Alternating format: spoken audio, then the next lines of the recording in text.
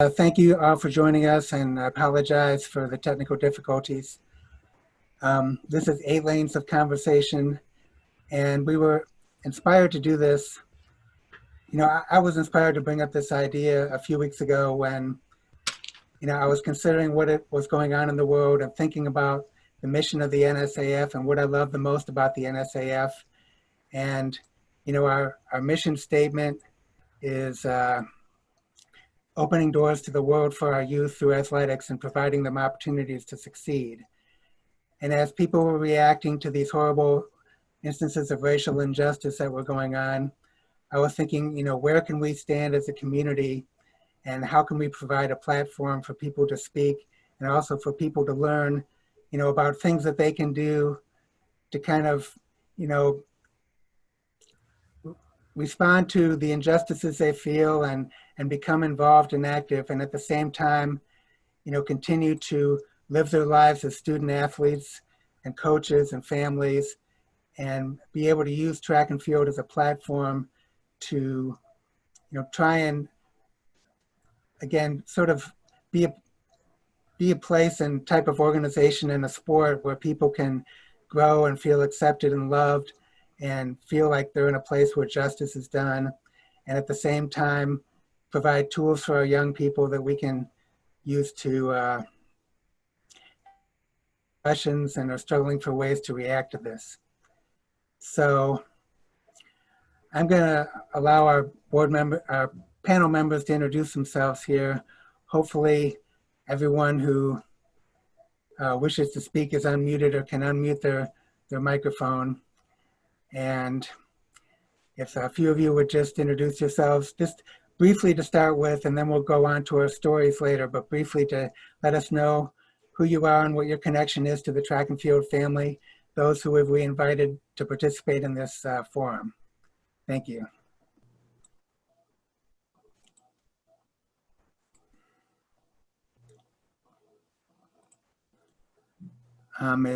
I'll start. My name is Macka Jones. I'm the coordinator for Project Triple Jump, which is basically an NSAF project that allows young men and young women to basically explore triple jump further in detail. We select young ladies and young women that have an aptitude for the event. It's a podium project. We work with them for, I'd say, on an average of 3 years, and we track them through their college years as well, looking at their progressions. Some of the athletes we've been involved with, one namely Katora Orji, she was in our program, and Keandre Bates, which have actually excelled at the national level.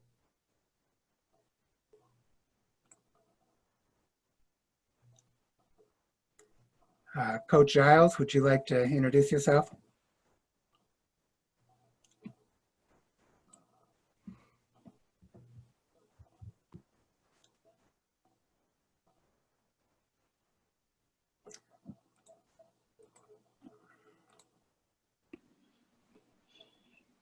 Hello, my name is Brandon Giles. I'm the head coach at Oak Park High School in Michigan, also Motor City Track Club. Just excited to be on the panel tonight. I'm looking forward to hearing from some of my favorite coaches and favorite people in track and field. Okay, Mike McCabe. Hey, I'm Mike McCabe. I coach at Union Catholic High School in New Jersey, and I'm glad to be a part of this. Thanks for inviting me. Kelly Snyders. Hi, I'm Kelly Snyders. I'm the head coach for Minnesota Flyers track and field, and also a former assistant track coach for St. Louis Park High School here in Minnesota. I work with a number of athletes ages 4 all the way up into their 90s, and I am thankful that we are conducting this format or this forum for athletes across the nation. Jim Spear. Whoops.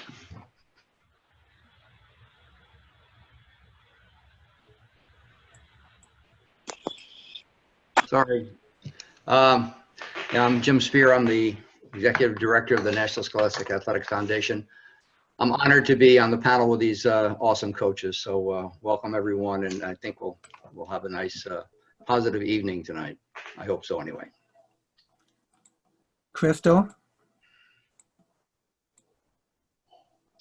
Hello, I'm Crystal Shade. I'm the associate head coach at UW Stevens Point, and I'm just glad to be a part of this to kind of give the female coach and mixed race point of view for this interview, for this meeting. Carmen Jackson. My name is Coach Carmen Jackson from Deep South of Miami Northwestern Senior High School. I've been in the business about 30-odd years. Keenan Briggs. I'm Keenan Briggs, track and field coach over at Modern Day High School, also the president of Leap Squad Track Club. Just really excited to continue, speaking to coaches, to you guys, and getting more knowledge from you guys, and being excited about being part of this group. Coach Joe Lee. Joe Lee, Capricorn. No, I'm just kidding. Joe Lee, I'm the head coach at Bullis School in Potomac, Maryland, in the DMV. Excited to be here and looking forward to some conversation with some great coaches. Lauren Jones. Hi, I am Lauren Jones from Mansfield Lake Ridge High School in Texas. I'm the head girls track and field coach there. I've been coaching high school track for 21 years and 18 of those years coaching all Black female track teams. So looking at the perspective of white coach coaching all Black track teams plus white mother of 2 Black sons. So I'm glad to be here.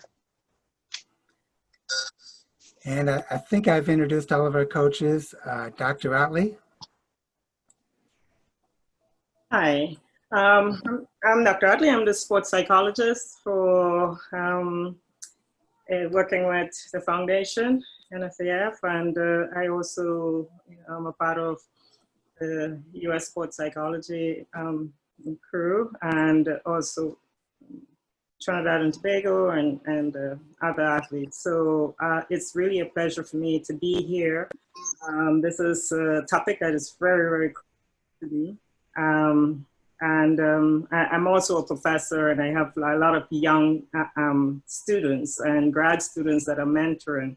So I noticed that we have a really diverse group, inside of our forum here. So I'm really excited about it. I mean, social justice is just a small part of human justice and human rights. So what I like about this is that as we talk about track and field, and coming from this perspective, it's really about fair play and and relationships, and that is what I'm looking, as we discuss, that we see those kind of that kind of conversation inside of all of this craziness that's going on in society right now and around the world. So I'm just going to add, as we transition into the next phase of this discussion, is that track and field is no, it's no stranger to what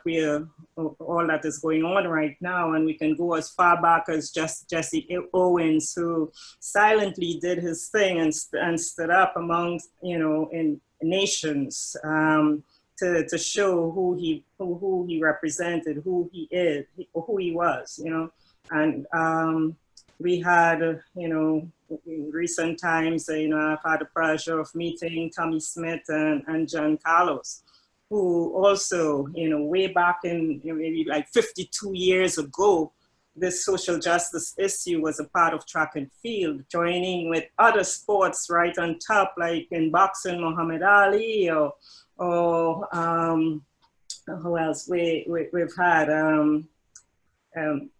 Kaepernick in recent times.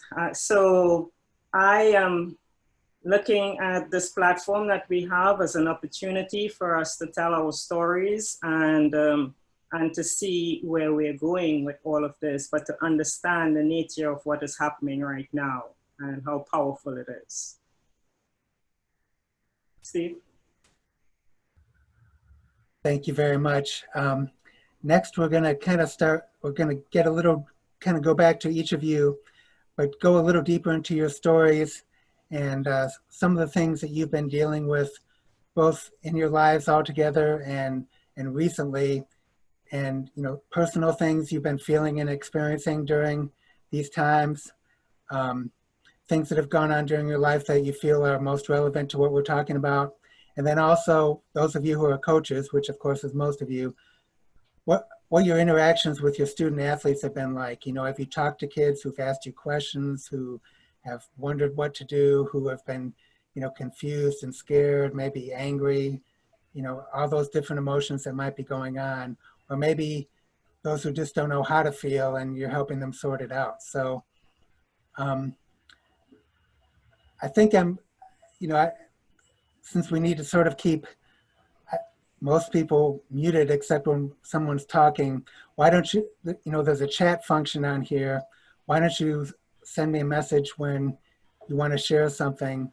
And Macka, if you don't mind, I think I'm going to start with you, because when we were talking last time, you had some really cool things to say about what you've been experiencing and some family related things that you may want to share if you don't mind. And then other people who would like to speak can let me know while he's speaking, and then I can kind of be ready to put you in the queue, so to speak, to be able to share afterwards. So I'm thinking that's the best way to do it, unless someone else has another idea.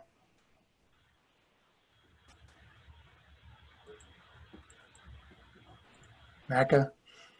All right, thank you, Steve.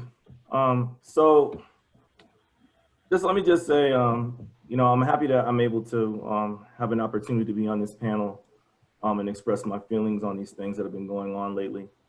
So the reason I wanted to be on this is because I know when I was growing up, I experienced racism on so many levels.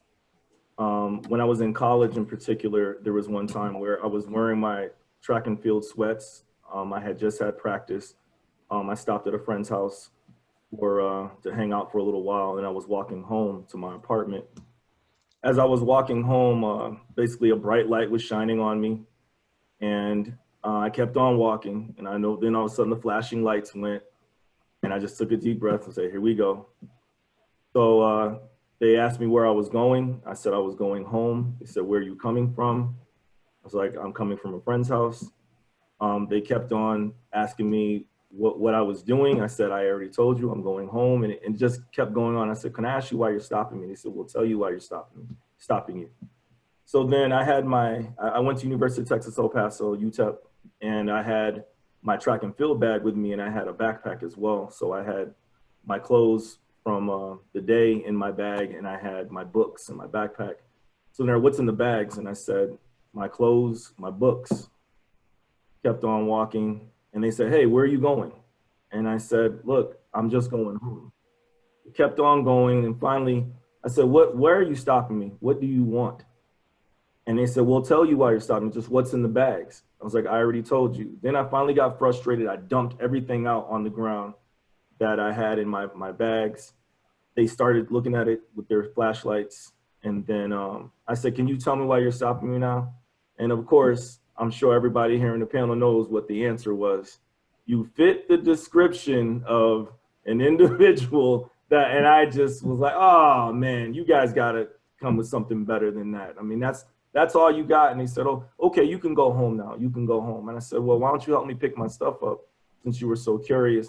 No, you go home, you go home. So in that frustration that I had at that moment, I look at it, and of course I was very vocal, I was upset. And now in this current climate, I see I could have been a statistic, something could have happened to me. And, I wouldn't be here to tell the story. Fast forwarding now in recent events, watching what I saw on the screen with Floyd, and it brought back memories of that and other things that have happened to me in the past. And I just became full of anger. I became full of sadness. I didn't know how to really react to it, to be honest with you. I was upset because it hasn't stopped. That story I told you was over 20 years ago. And I'm sure that there are other people on this panel, of course, that are older than me that have had similar experiences, and it's just been going on and going on. I have a son that just turned 19 a few months ago, and I've been trying to talk to him about these experiences, and he doesn't want to deal with it. He did not want to look at the screen. He didn't want to look at social media. He didn't want to talk about anything. And I tried to pull it out of him, like, let's talk about this, son, let's talk about it. And it just hit him in such a way that he didn't know how to respond in. I'm trying to tell him, like, this is the time where you face this head on, and looking at the protests that turned into riots and the anger that everyone has. I want him to express himself. I want him to know that he has a voice and he can speak up. So this platform, if it gives young men and young women an opportunity to speak up, to voice their opinions on things, I would like them to do so, because I mean, I've been holding in so much for so many years, and I've had that anger in me. And, you know, here it is now, as I said, 20 years later, I still have it. So that's pretty much what I have right now. Who else would like to join in here? Just type me a little chat so I know who you are. Or maybe I can just invite someone. Coach Jackson, is there anything you'd like to share?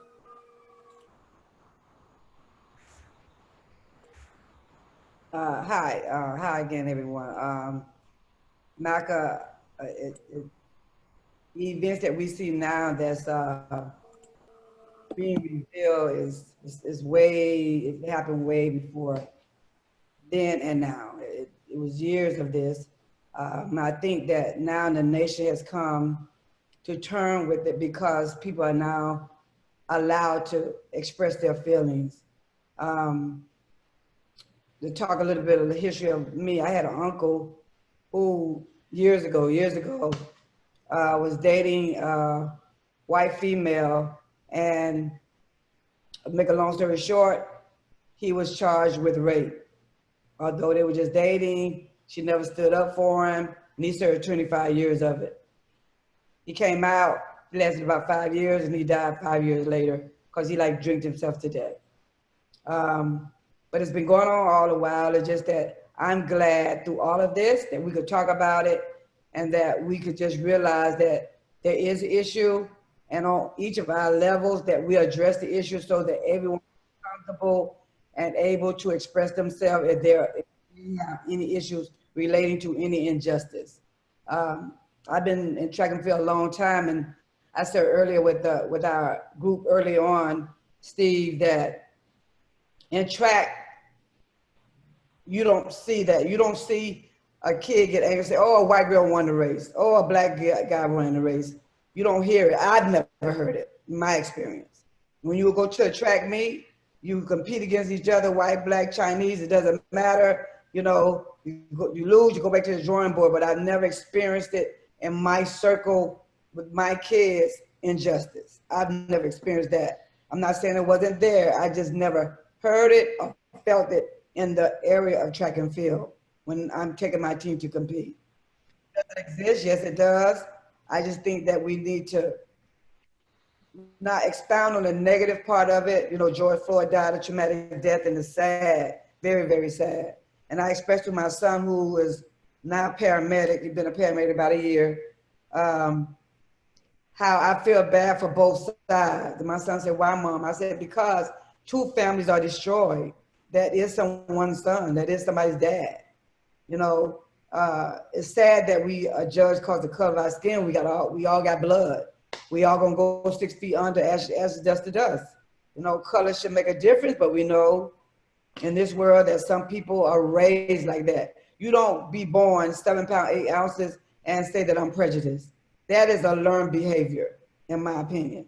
That has to be taught within your circle, in your family, that behavior. You picked it up from someone. You don't come out a mother's womb and say that I don't like black people, I don't like Chinese, I don't like fat people, I don't like people who have long hair. That is a learned behavior, And we need to take this and turn it for the positive. I don't let my kids look at it being something that they need to turn away and say that, oh, white people are bad. That's not true. We have bad in all generations. Every race has issues, you know, and we need to teach our kids that we must take this and do positive things with it. We must take where you are, your walk of life, and make a difference. Each of them can make a difference if we teach them to make a difference. Thank you very much. Lauren, you're next. Okay. I was just going to start by saying I think that this time was different for a lot of people. George Floyd, I know I sat in my living room for 2 hours and just had no words, no TV on, no phone on, just no words, because this time was different. And as a white coach that coaches Black kids, I feel with coaching in general, the kids have to trust you. They have to trust that you care about them, that you love them, that you're looking out for their best interests, that you know what you're doing, all of those things. That's how you're successful. And when you're a white coach coaching Black kids, sometimes it's easier to get to the kids than it is the parents. So I know with my experience, my personal experience, in 2016, after Tamir Rice was killed in the park, my son came home from his grandparents' house, my son is Black, and he had been given a BB gun. And he goes out to the front yard in the city with his BB gun to shoot a rabbit he saw in the yard. I tackled him. I cursed at him. I cried and sobbed because I was so scared for my son. But my track parents and my track kids mostly know that I have Black kids, but not all my parents do. And so I have to prove to them that I love their kids like I love my own kids. It wouldn't matter what color they are. I love my kids that I coach. And I have had, somebody just said they've never had experiences where they've traveled or they had experiences happen. We were traveling to Texas Relays. I won't say the name of the city that we stopped in, but it was in Texas on the way to Texas Relays. And my Black girls track team got off, went into the store, started getting things. My assistant coaches, 2 assistant coaches at the time, were also Black. So I was the only white person on the trip.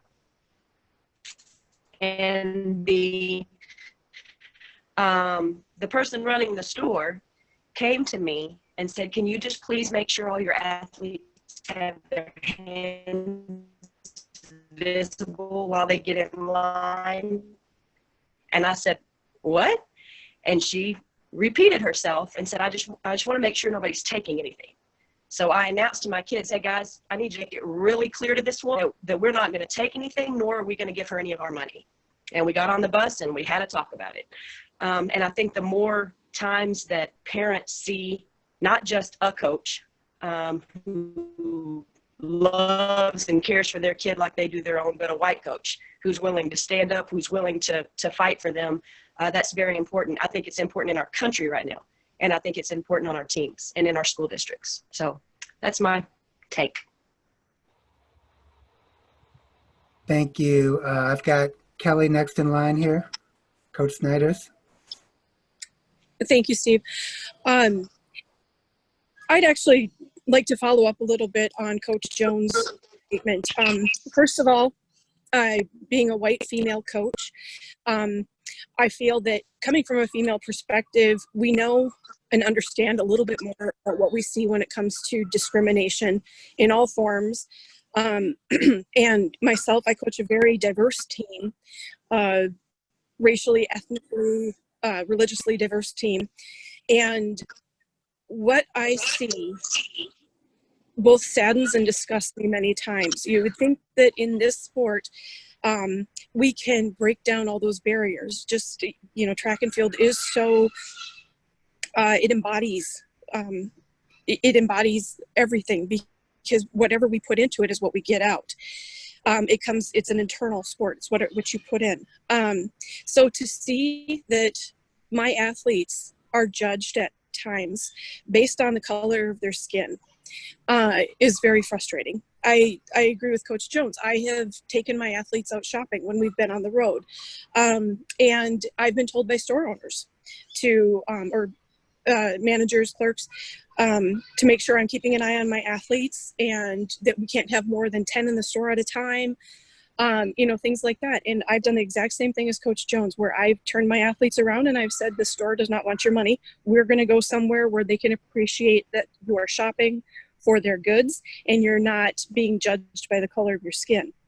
That is a message that I'm constantly sharing with my team, that we need to overcome these barriers that have been put in place for years and function as a group to appreciate the diversity within each other, and use that as a way to continue to change others and to change this world. I live a couple miles away from where George Floyd was killed, and it's been a very impactful time in this entire area to watch all the protests, to watch everything surrounding you know, the epicenter of this movement. And in some ways, I feel that it's been a blessing that the world has been in this pandemic phase, simply because it was able to bring more attention to an absolutely unacceptable issue, which is racism and discrimination. In this area, because of how we've all had a voice, especially our white population, we've been able to stand up more. We've been able to defend our Black brothers and sisters. We've been able to speak on their behalf and strongly oppose what's been happening and the discrimination that has been going on for so many years. The color of our skin is such a brittle reason to discriminate. And I finally feel like I have more of a voice in being able to say, this is the end. And I think many others do as well, of all colors and ethnicities. So that is why I feel it's important that we have this discussion and that we continue to promote and embody this sport and what it delivers in regard to our embracing our diversity on a common ground. Joe, you wanted to ask a question based on, I think, one of Lauren's comments? Yeah, I do. So if it's okay, Steve, just kind of the way I process, I'm more seeing this like a dialogue. So I'm kind of pretending like we're not even on Zoom. We're more like just in a room, just kind of having a conversation. So if I'm wrong for that, just tell me I'm wrong, like people do every day.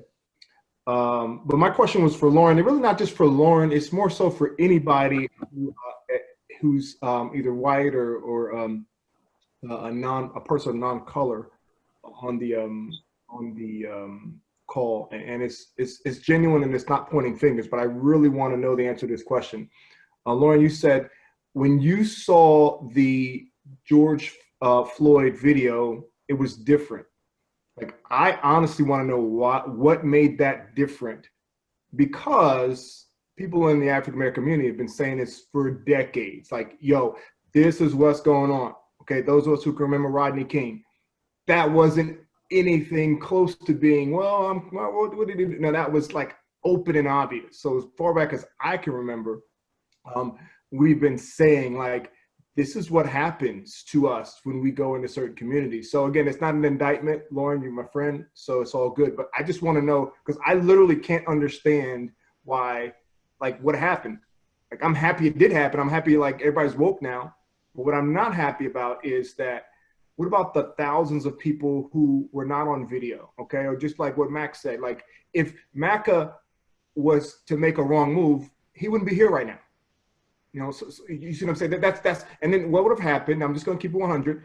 They would have written up a report saying he resisted arrest, he fled. I mean, we're seeing this. We've been seeing this for decades. So I just want to know, whether it be you, Lauren, or anybody, just like, what makes it different in that situation versus the countless times that we've seen it before?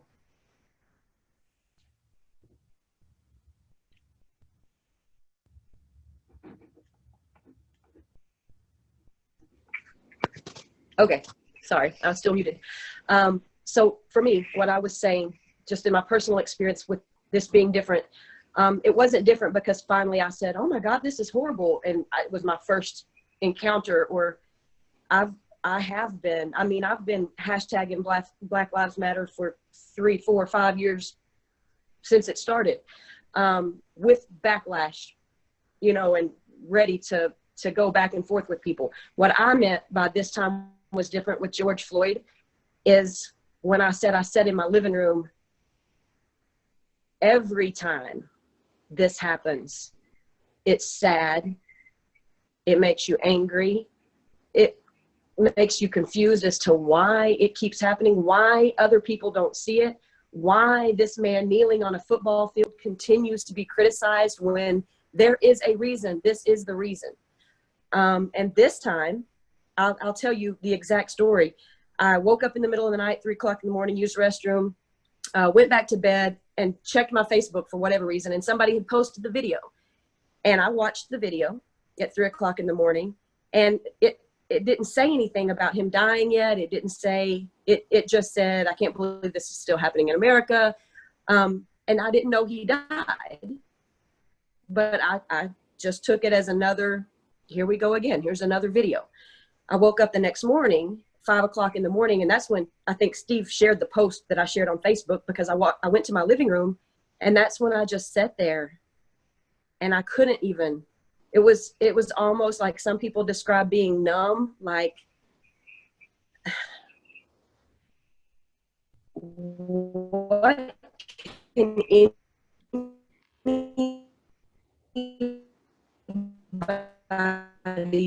do to stop it? Sorry, So it Lauren, wasn't, your audio was this lagging time there. was We didn't quite different hear because that. it was a first time after time after time. I said this time it was different because people have been, Black people, some white people, but Black people have been screaming it, silent protesting it, hashtagging it, talking about it, and nothing changes. So it was different for me in that moment just because it's so frustrating and hurtful and sad and makes you angry, and all of that just came together in a different kind of way. But I don't know why. Speaking from my own, was different from Sandra Bland or from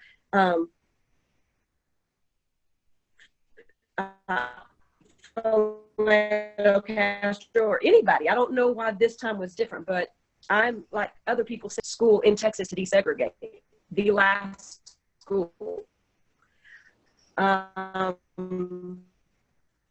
And we had a march that kids playing that we thought was going to have 300 or 400 people, and it had thousands of people.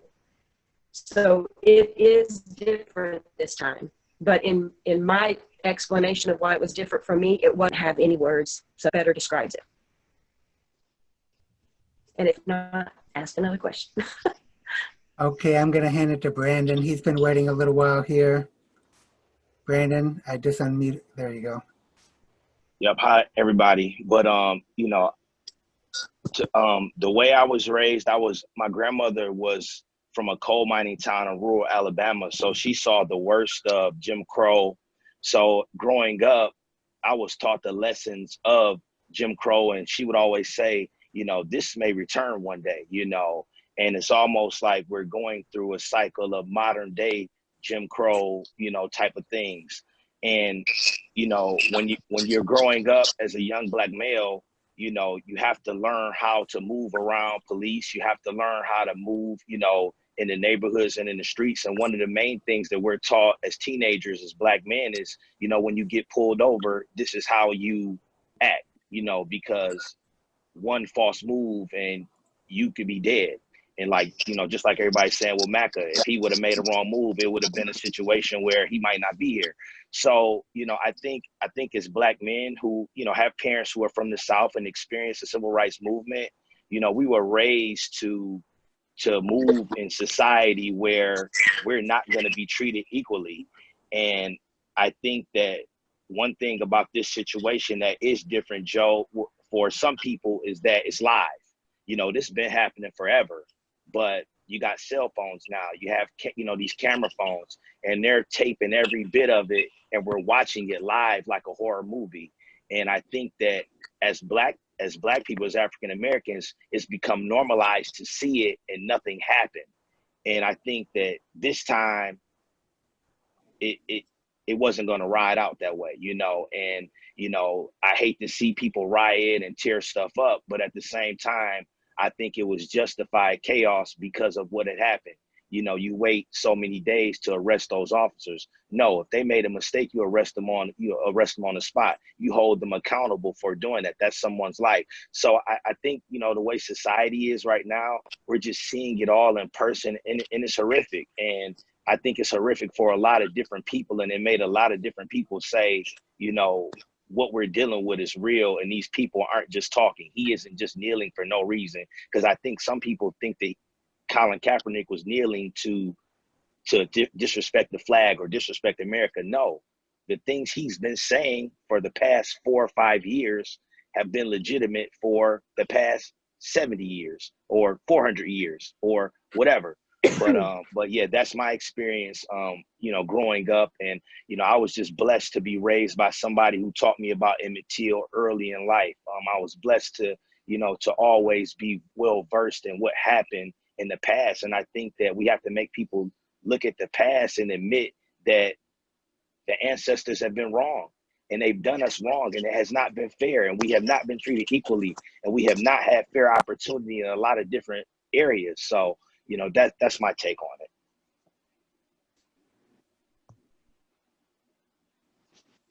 it. Keenan Briggs? Yes. Everything you're just saying is, I actually want to say a piece of that, but just to say on the topic of the question was, you know, for me, I was born in Long Beach. And then when I moved out to Orange County in elementary, I became Black. And basically I was told that I was Black, and I was called names, all the names you can think of. And there were times where I was actually physically attacked because of my race. And I happened to be athletic enough to defend myself and beat the kids that were trying to beat me up. But it got to the point to where I was asked to leave the school because I was seen as a kid that was troubled, that was beating up kids. And so, you know, at that time, I didn't know how to articulate it, you know. But looking back, if a child is saying, I'm being attacked racially or whatever it was, there should have been at least a question of, well, let's talk about these things. Let's talk to the other side also. Let's figure out how we can get, one, your frustration settled down, but also figure out why there's this problem going on and do that. So I think, you know, the good thing that's happening now is that, you know, because we're at home, because we have just the TV in front of us all the time, we're able to see so much more of what's going on in our society. You know, so I think that's a piece of, you know, what Lauren was saying, why it's different, because of, you know, now we're listening. Everyone's able to see what's going on. And I just think that we need to continue having conversations like this and just being open to conversation, regardless of opinions for every topic. But when it comes to race, things like that, we need to make sure that we continue to just ask questions, learn as much as possible. And, you know, just as Brandon said, he grew up learning about our history. And, you know, it's a great piece. And, you know, me being in Southern California, we don't really learn as much when it comes to our specific past as much because it's so detached from the South being in Southern California. But we have to continue getting out and reaching and learning more. So that's my piece.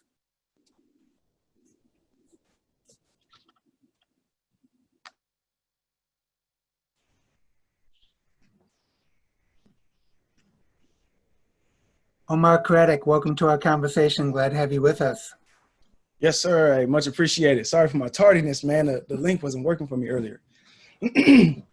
But from what I've heard already, I just wanted to just speak on, I guess, my own interactions. I wanted to say, you know, as when I was 12, like this is my first interaction, right, with the police. My friend was hit by a car. I was 12 years old, and we were walking down the street, and a girl that we were going to school with, she was a white girl. She hit him with a truck, with the F-150. And so we decided to call the police. And when we did that, that's when the police came, and she lived maybe 6 houses down from me. And the police, all they did was go down there. They touched the hood of her car, came back to us and said that car is ice cold, false report. And they threw us all in handcuffs, threw us in a headlock, just, slammed up against the car. So for me, at 12 is when I decided that what I've been hearing from my grandparents, from my parents, that this stuff is like, it's like a revolving door. And so from then, when I went to college, kind of the same thing happened. But even at this point, I was just thrown into, different cars, and I was told that I was resisting when the car was still running and it was burning hot. Though I had to go to court for this, and they hear me screaming, telling them that the car is hot, and 6 police officers were still holding me down on the top of the hood on the vehicle. So I didn't want to come on here and just continue to speak on different experiences.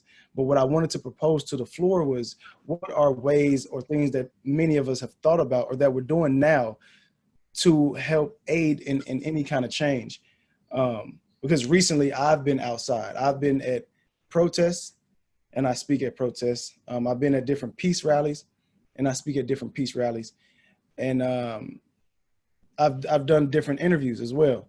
And in that same instant, in every interview, I'm trying to get across to, obviously, us as Black people in America on how we have to utilize whatever. So we understand we have the strength in numbers, and that's the strength in numbers of just us as people, Black people, white people, Mexican, whatever it is, right? Having those strength in that number, I believe this is the time to unify. And when we unify, we can't just, do it and just say it, right? We have to actually put action towards it. So for myself, I have a group that I speak to every Thursday of men of my age and younger. And what we do is we're taking this information and we're taking it back to our communities, as opposed to just leaving it here in a group chat. We're actually trying to put some action behind it. So that's something that I wanted to just kind of propose to the panel of everybody that's here now. It's just, I'd like to hear if you'd like to share anything that you're doing now in the community, or in the community, in your community. Have you gone anywhere else to speak or be a part of anything? Because again, all of the speaking is great, but I think action is the only thing that's going to move anything forward. And I believe now is the time to do so. Dr. Ottley? Yeah, Omar, thank you for saying that. But before we respond to what you're saying, which is, I think that's one of the directions that Steve wants to go into. But first, he wanted to hear some of the stories, because, we are a new panel that we have a lot to say, and it is good hearing what everybody else is saying, So at this point, I just wanted to kind of look at some of the themes, because what Macka started off talking about was, really about we have been suppressed for so long as far as our, expressiveness, our experiences. We feel them, we experience them, and then we go home. And we talk about it to whoever would listen. But it is a part of grief as well. We have, because for what I'm hearing, or what I heard him saying also, is that, the respect that he was brought up with within his, circle, it's feeling that loss of respect, the loss of identity as a man in that particular moment. And it is, before we go on to solve the issue, that becomes really relevant for us to take a look at, what's going on internally, because it's real. We are seeing a higher rate of mental illness within the Black community, and we are seeing more depressions, anxiety, suicide ideations, completions. And we are already on the top of it. I mean, the statistics, and even with the COVID, we are also there. So it's good for us to kind of, you know, it's like get it all out. And even it was a nice little tentative challenge, like what made this particular thing different, you know, and I really love the response. And for me, what was happening, you know, when I was just listening, and I have been listening and following and responding. This is not the first forum that I've been in. But I realized that the theme is consistent. People are looking for, you know, where can we go from here? But I'm still hurting. I'm still going through what I'm going through. And who is listening? Because I have a voice and I don't have a forum to put my voice in. So, I mean, it's fortunate that some people, athletes who, you know, are well-known or who are well-connected, they are highly respected and they have a voice, but not everybody has one. And this is an important forum for me where, you know, people who don't usually go out to marching but you need to get it out as well. And people are listening and will continue to listen. You know, Omar, you're talking about something that is like from a 12-year-old. What does that do later on when life really gets hard and you know, in the way, I should say, and you know, time after track and field when now, you know, a lot of athletes are going through it when they're going into retirement. And all of these insecurities, now they're not protected by the world of sport anymore. So now they have to go out and they're meeting the same kind of walls that's out there. For me, what I'm thrilled about, and I'm talking about it, you know, I'm like, man, this millennium and all the near millenniums and the millenniums, I mean, I'm looking at the reaction and I'm looking at it from how diverse. It's almost, you know, it's the same kind of diversity that with during Martin Luther King. And because for me as an immigrant, you know, I keep saying the civil rights movement couldn't have happened if it was only blacks. You know, it was, you know, civil rights brought a whole lot. The whites' voices were important as it was joined in. And this is what I'm seeing. But I am giving all props to the millenniums out there and the near millenniums. I say near millenniums because there are people like, you know, in the 90s who were born in the 90s and in the 80s who are out there doing their thing. But they're calling it out and they're confronting, even risking their lives. And I am grateful because, you know, coming in as an immigrant, I never had that voice. I never felt like I had that voice. I have one now because of the stature that I'm in, but they have opened up a whole new pathway of excitement, of you know, you've seen all of the older guys, you know, like John Carlos and they coming in, and John Smith, they all coming in and talking, and it's like everybody, the old, the young, you know, everyone has a voice right now, and I think that is what would make the difference.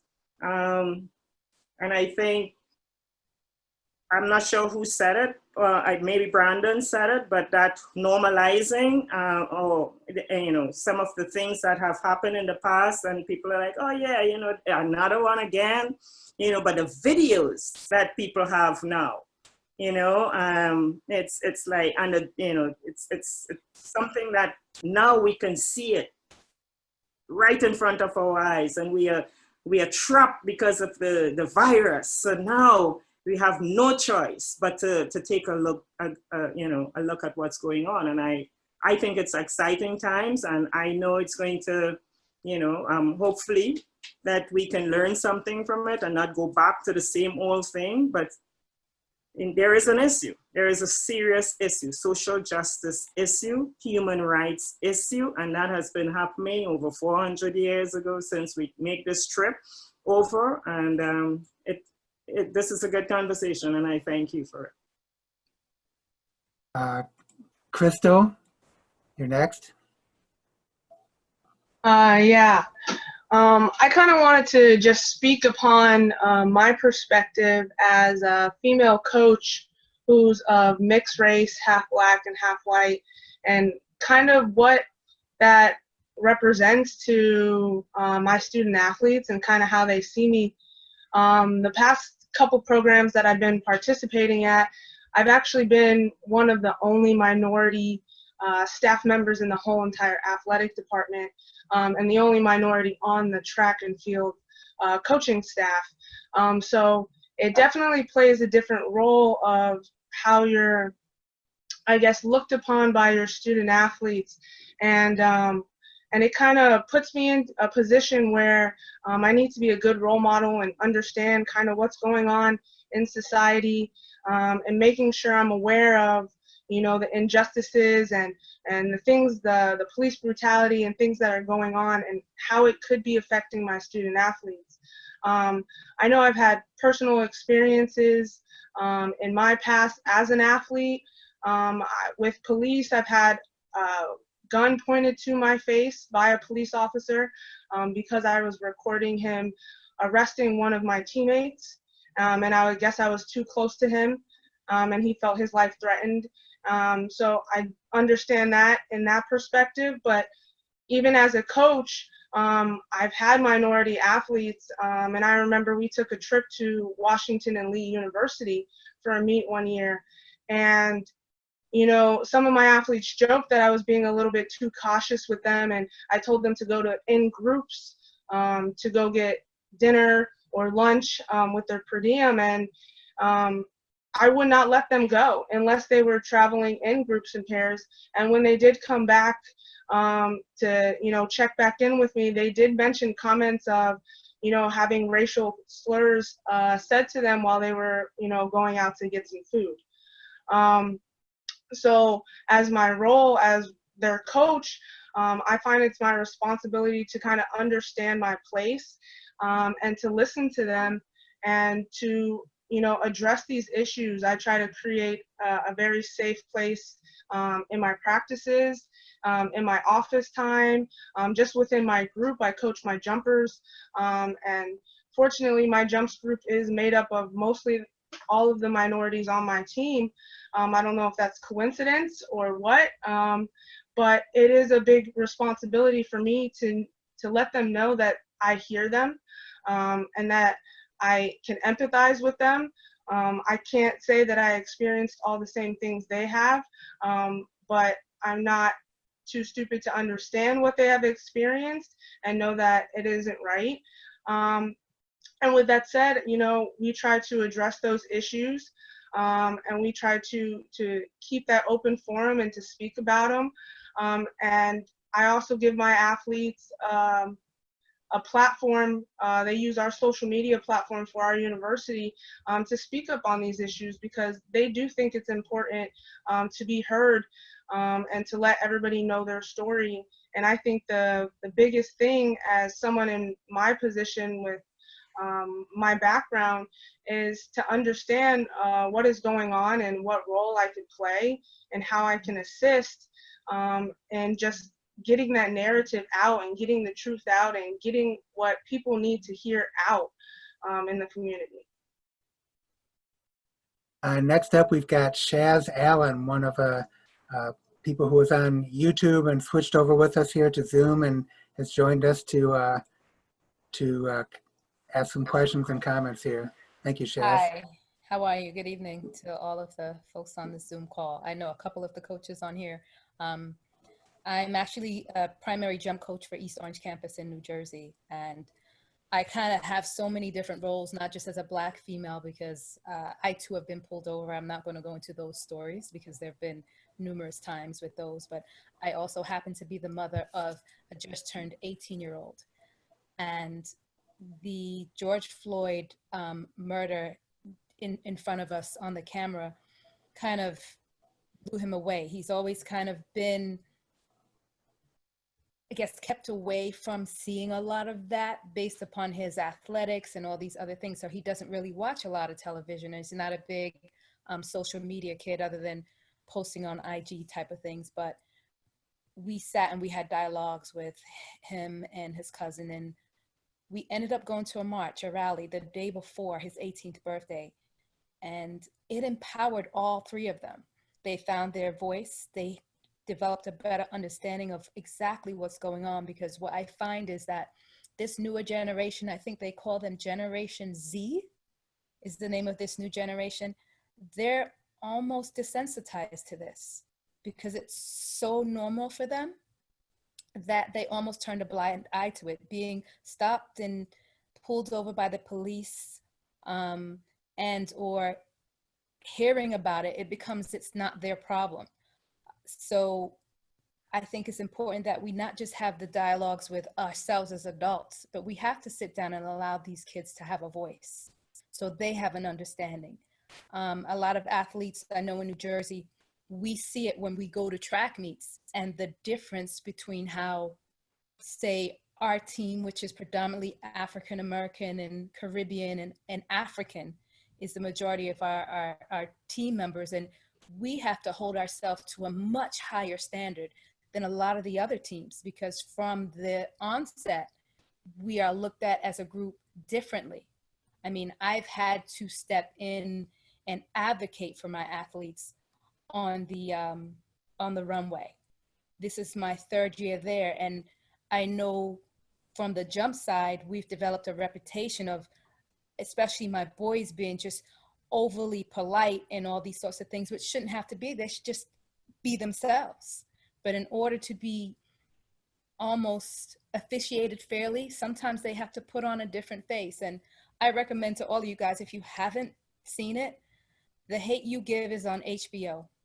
I recommend everyone watch it. I watched it the other day with my son, and we had a huge, deep dialogue about it. I also have the book, but it's a very, very good movie that kind of depicts it all. It came out in 2018, and it's almost a repeat of what we're seeing with these protests that are going on. So like everyone has said, this is something that has been around for a long, long time. And I grew up in England, and the same things are happening there. The racial divide based upon the color of your skin is a worldwide thing. It's not just here in America.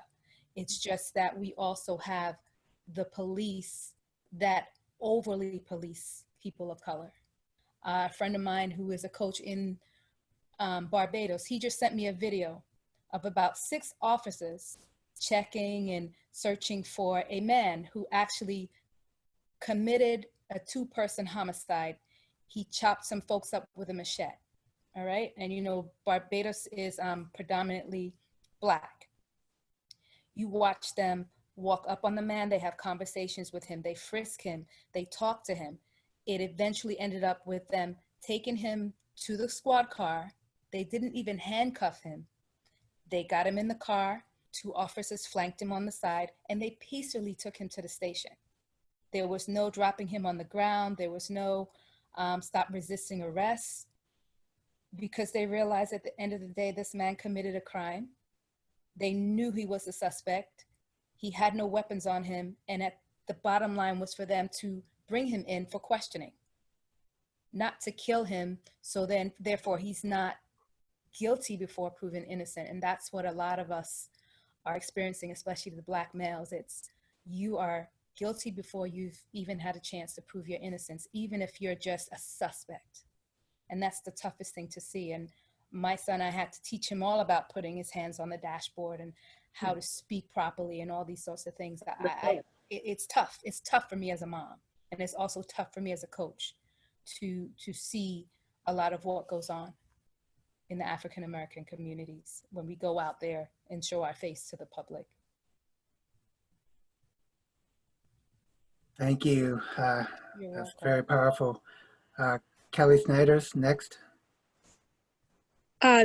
Yes, thank you, Steve.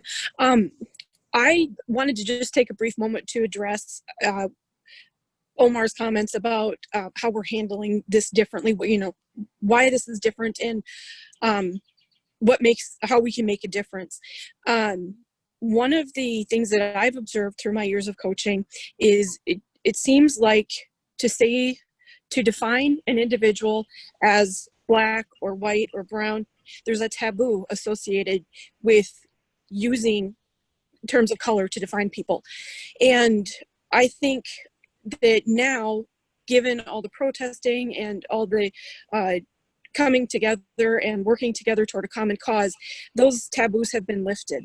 And I see that fingering out a little bit more into communities that are maybe predominantly white, or even more rural areas where it's all white. And the more that we as white people become comfortable saying the word Black, saying the word brown, it's going to allow the conversations to become much more comfortable in general, and that we can continue to perpetuate change. That's one of the biggest things that I've noticed in this area where I am, is nobody's afraid to say Black or white anymore. We're all saying we're in this together. Our color is a descriptor. It is not a definition. Thank you. Mike McCabe. Yeah, thanks. Yeah, I mean, I shared this when we met with the group a few weeks ago. You know, I'm a white male and grew up in a fairly affluent town and all that. And at a fairly young age in my adolescence, just had a very close friend, my best friend, who was Black. And I saw things that I never saw. And once I was in the car with him and we got pulled over and, oh, you know, your taillight's out. That would never happen to me. And I remember thinking, like, what happens if I'm not in the car? And I think, and I saw things when I was in high school. I was at a private school and it wasn't super diverse. And, you know, hindsight 2020, you know, I look at things that were said to kids and me thinking, like, that's horrible. And I didn't speak up, and probably I was wrong. But I remember, like, distinctly, like, finding that kid or those kids. And one story, you know, sticks in my head forever. And I couldn't believe what they did. And I went to him after, and, you know, I probably didn't do enough.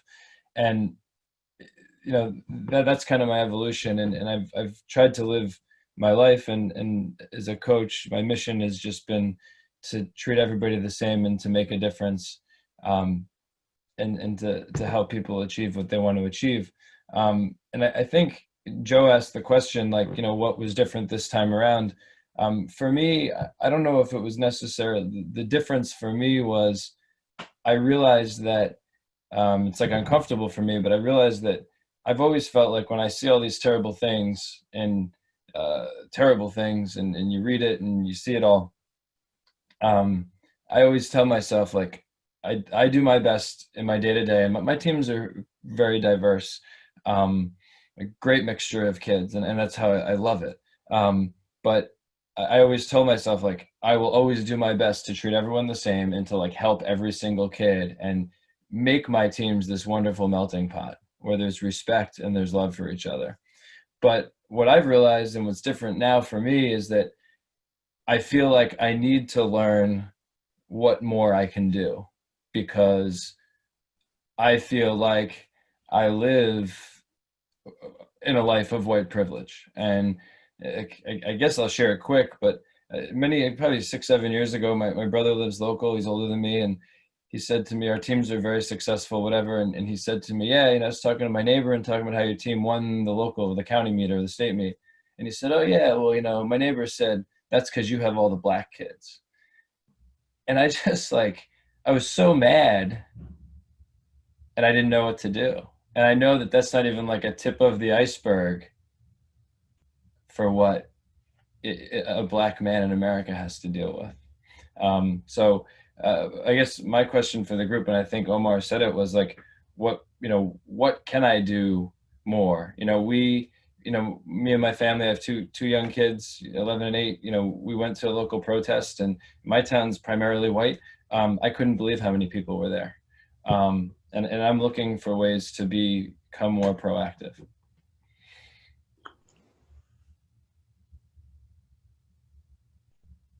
Okay, thank you. I'm going to let Omar jump in here for a second. He wanted to get clarity on something that was said.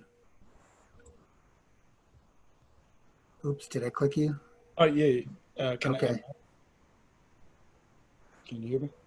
Yeah. Okay, cool. So yeah, thank you guys for both of your replies. My question was, before today, were you all afraid to speak up, being that we all understand that this has been going on for ever in America? Were you just afraid to speak up before, and now it's just like, you know what, this is the time, or like what? And maybe I missed it. Maybe I missed the answer to this. But I'd just like to know, were you afraid before to speak about it when you've heard and you've seen this in the history books? You've seen it maybe, you know, in schools or wherever you are. What makes today different from before that makes you want to be like, you know what, I can speak up now? On my end, I don't know if it necessarily means I can speak up now. I think it's me realizing I should have done more before.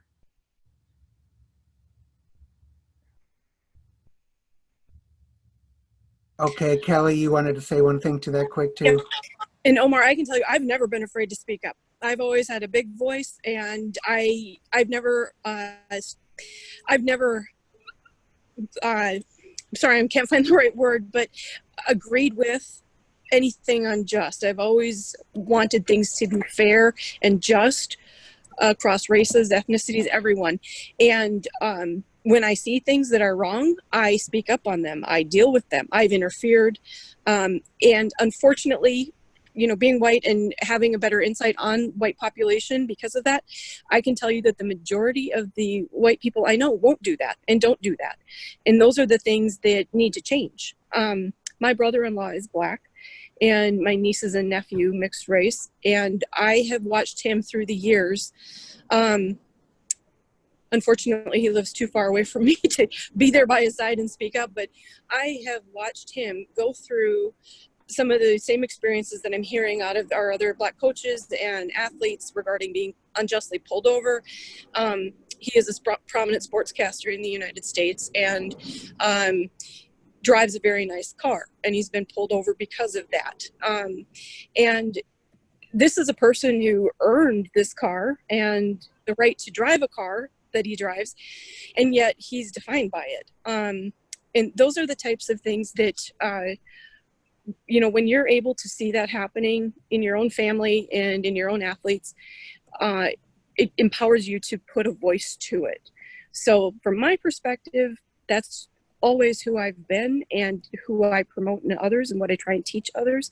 And if there's any one message that I'm hoping we can send to our young athletes, these individuals who are going to change our world, is speak up, give everyone a voice, give a voice to anything unjust.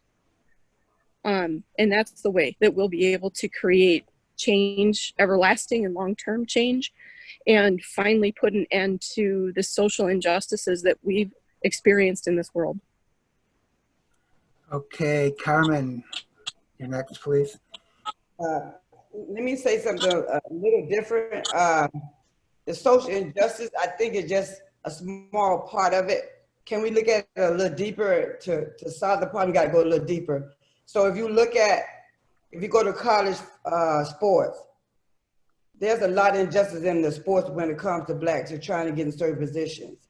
If you look at the NFL, there's been issues with Black male coaches trying to become head coaches in the NFL league. So the injustice is deeper than what we just see. It's just not only on the streets. When the males are on the streets, it's deeper. I mean, Blacks are look different when you try to apply for different positions if it's predominantly white. So it's a lot deeper, and I'm not saying to offend anyone, but I'm just trying to be real as I can be. So the injustice is all levels, whether it be a job, whether it be, you know, trying to get an NFL job, whether trying to get a college job. It's just deeper than what we know. It's deeper than what we want to face. It had to start from the root of the matter. And what I'm trying to say is that we could get everyone to have a change of heart, that everyone is equal. Like the flag mean we know justice for all. Do they really mean that? Justice for all mean on every level, whether I'm Black or white, pink, it shouldn't matter, but we know that's not the fact, because we got so many issues on all levels, whether it be a job, you want to go to a school. I work at a predominantly Black school, and I just remember a long time ago, I think I won maybe my 5th championship. Someone said, well, why you could pick at a school like Northwestern? So I said, like Northwestern? Northwestern kids are just like any other kid, whether predominantly white, predominantly Black. Kids are kids. Miami Northwestern have issues, St. Thomas have issue, American Heritage have issue. You just don't hear about it. You hear about Northwestern because of where it sits and, you know, the things that's around the area. But those schools, every kid at every school have issues. But it's been separated because it's black versus white, and that's where the change gotta stop on every level, no matter what it is. Joe? Yeah, so what my good friend Carmen is talking about is basically that's systemic racism. And while I agree there are some people who will change, you'll have a change of heart, the majority of people who are in positions of power are not going to stop systemic racism. Why? Well, because it benefits them. You know, I get it. You know, so they're not going to stop it. So, in my humble opinion, my little 2 cents, the way that you stop systemic racism, and one of the things you have to do, you have to hit them where it hurts, hit them in their wallets. Okay, so stop patronizing businesses that you know have a history of racism, either in their organization or in their whatever business practice they're in. Let's stop, and then isolate them. I call them out. One of the things that I'm looking forward to 6 months from now is to see where everybody stands on this issue, or is it just something that is forgotten and it was the flavor of the month? You know, because it's the cool thing right now to say, hey, you know, Black lives do matter, and hey, you know, I stand with you. That's the cool thing now, because can't nobody go nowhere and nobody can watch any sports on TV. But when we get back to normal, how are we going to handle that? So what, in my opinion, needs to happen is you have to hold people accountable. Like, so, and we can do that. So I'm going back to Mike's question, because Mike asked a good question. I don't think we should miss that. Mike's saying, as a white male in society that has a limited level of power, what can I do? My answer to Mike and to anybody who has, in using Mike's words, white privilege, which I agree with, I do believe there's a thing called white privilege, then you have to use whatever level of platform you have to not just speak against it, but to speak it publicly and to call people to accountability. Like and I'm talking every level. I'm talking whether you're at Bullis, I'm talking whether you're at Oak Park, I'm talking whether you're Union Catholic. What are we doing to make sure that we don't repeat this process again? Because racism has not been eliminated from society.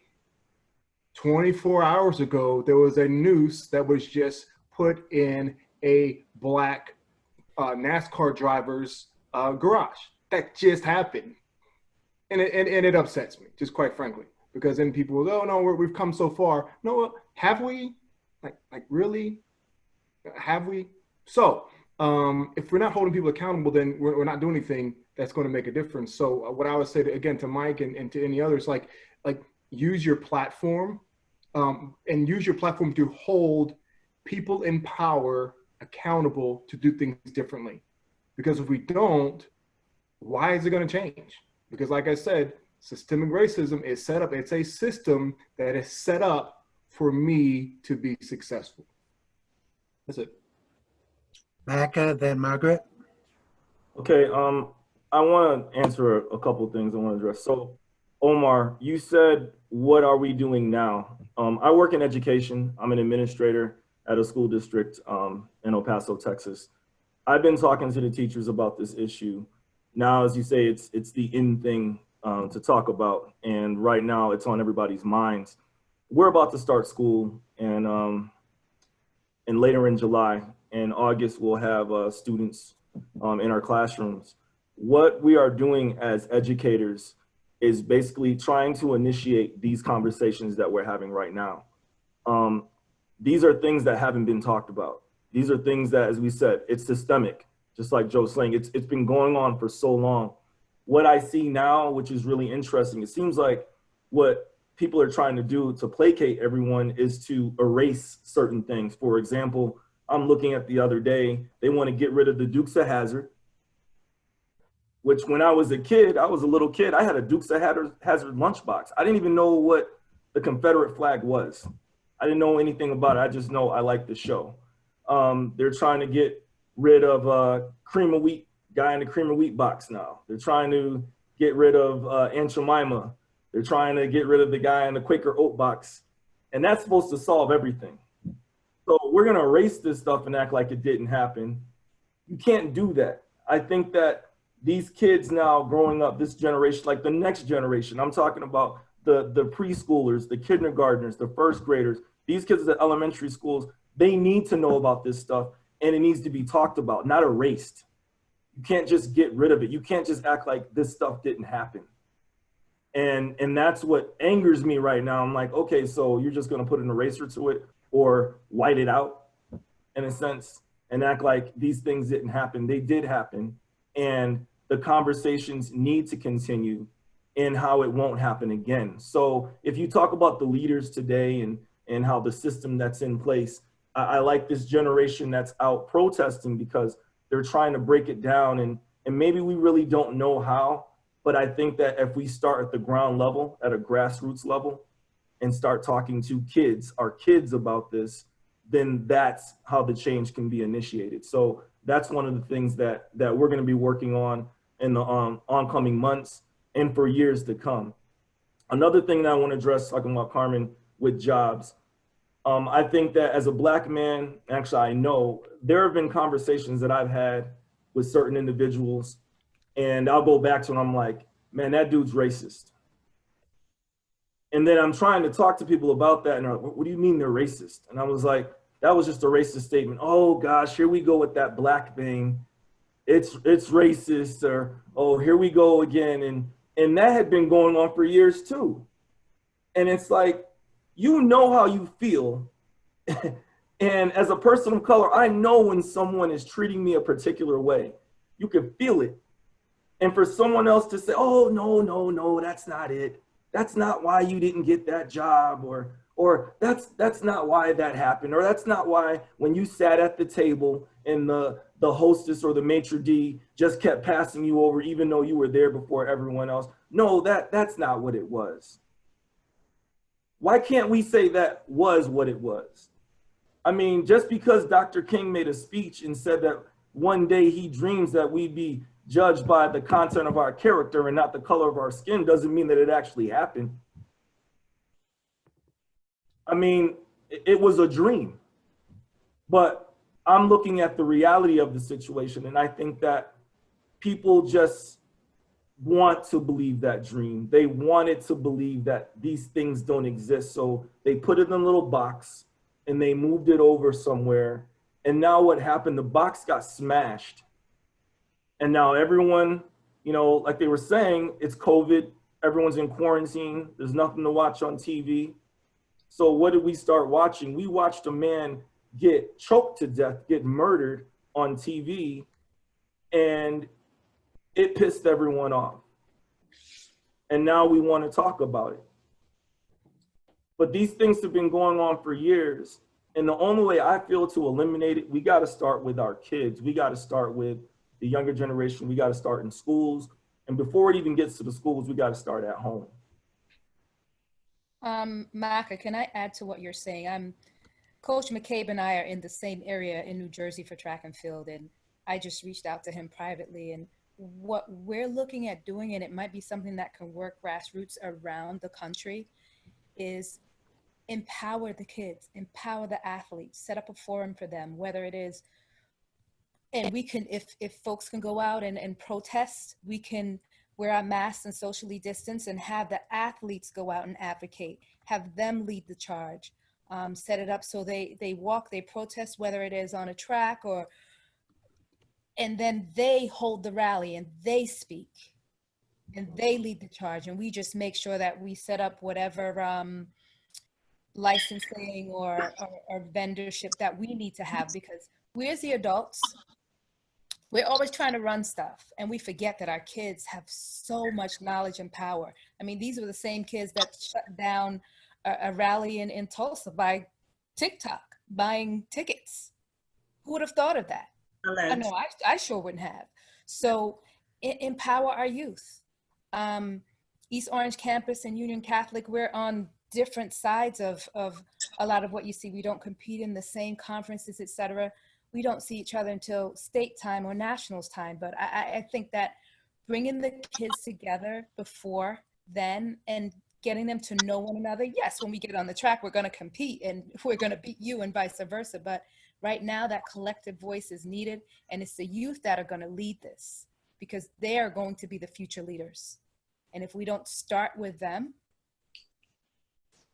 we're going to be lost, because we're going to be too old to make a lot of those changes by the time they're old enough to be the ones that are going to elicit it. So that's my kind of thought process on it. And yes, it can't just stop with this little Zoom forum. And what are you really going to do? Like Omar said, what are you doing now? You've got to empower the young people a little bit more, help them find their voice, because a lot of them have been silenced. Dr. Jones? Yeah, hi, Rob Jones here. I appreciate the forum. Mike asked a great question. I am white. I'm a physician. My nurse, Sarita, is Black and has been with me for 21 years, and she has family. And as so many others have said, she has taught her kids things that I've never taught my kids. And one of Mike's questions was really important to me as I've been dealing with this for the last bit. And I asked Sarita, what can we do as a white community? And she said, it's not our responsibility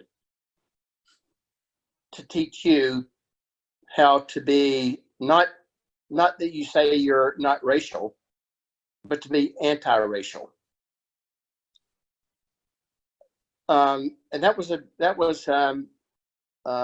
bold, it was strong, it was courageous for her to say that to me, is to be anti-racial. So I have gone to marches and I have talked to my kids.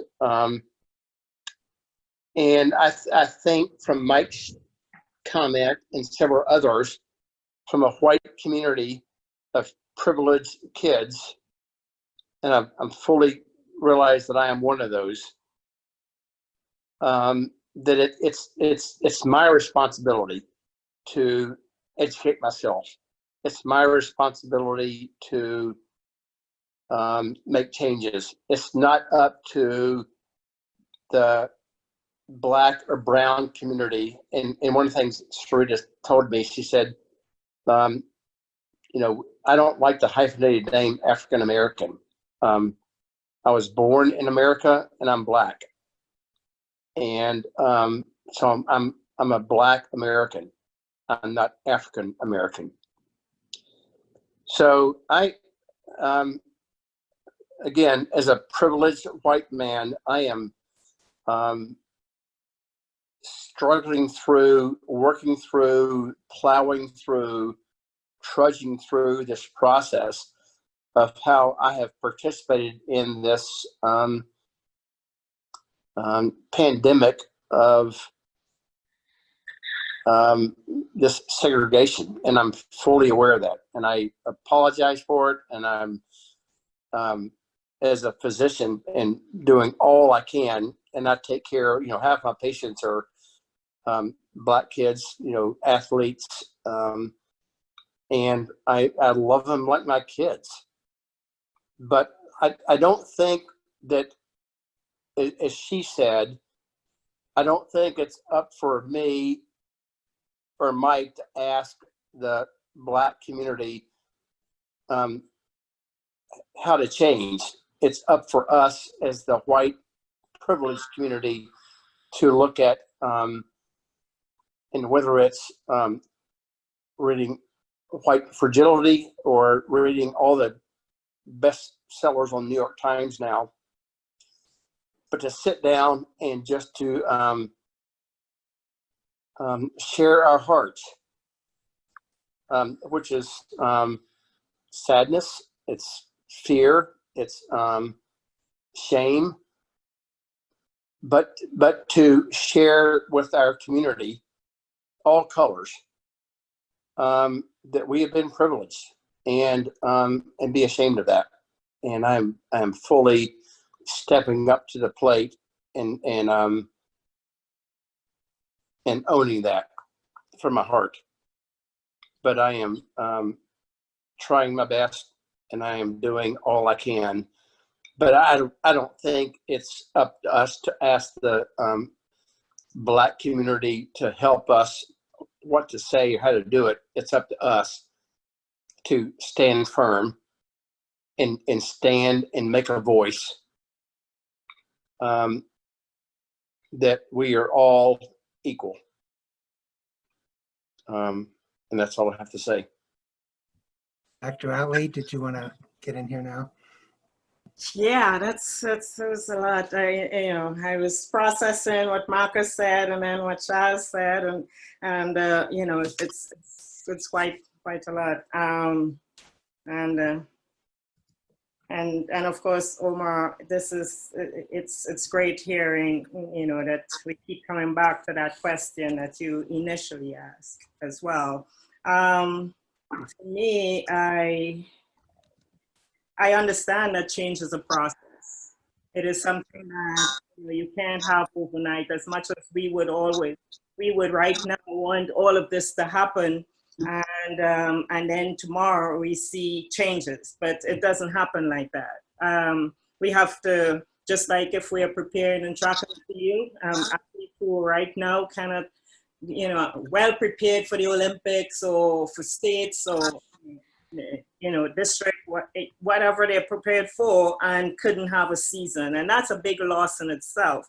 But it's about staying prepared. It's about the preparedness, staying inside of it, not only physically or trying to do as much as you can, because I know some of these are actually training, but it's also mentally and, emotionally and spiritually, because that's how we prepare ourselves for action. So I look at it from that perspective. As far as change is concerned, there must be some level of what we are doing now, contemplation inside of it, but there is some preparedness and also into some real action that is going to take place, hopefully, in the near future.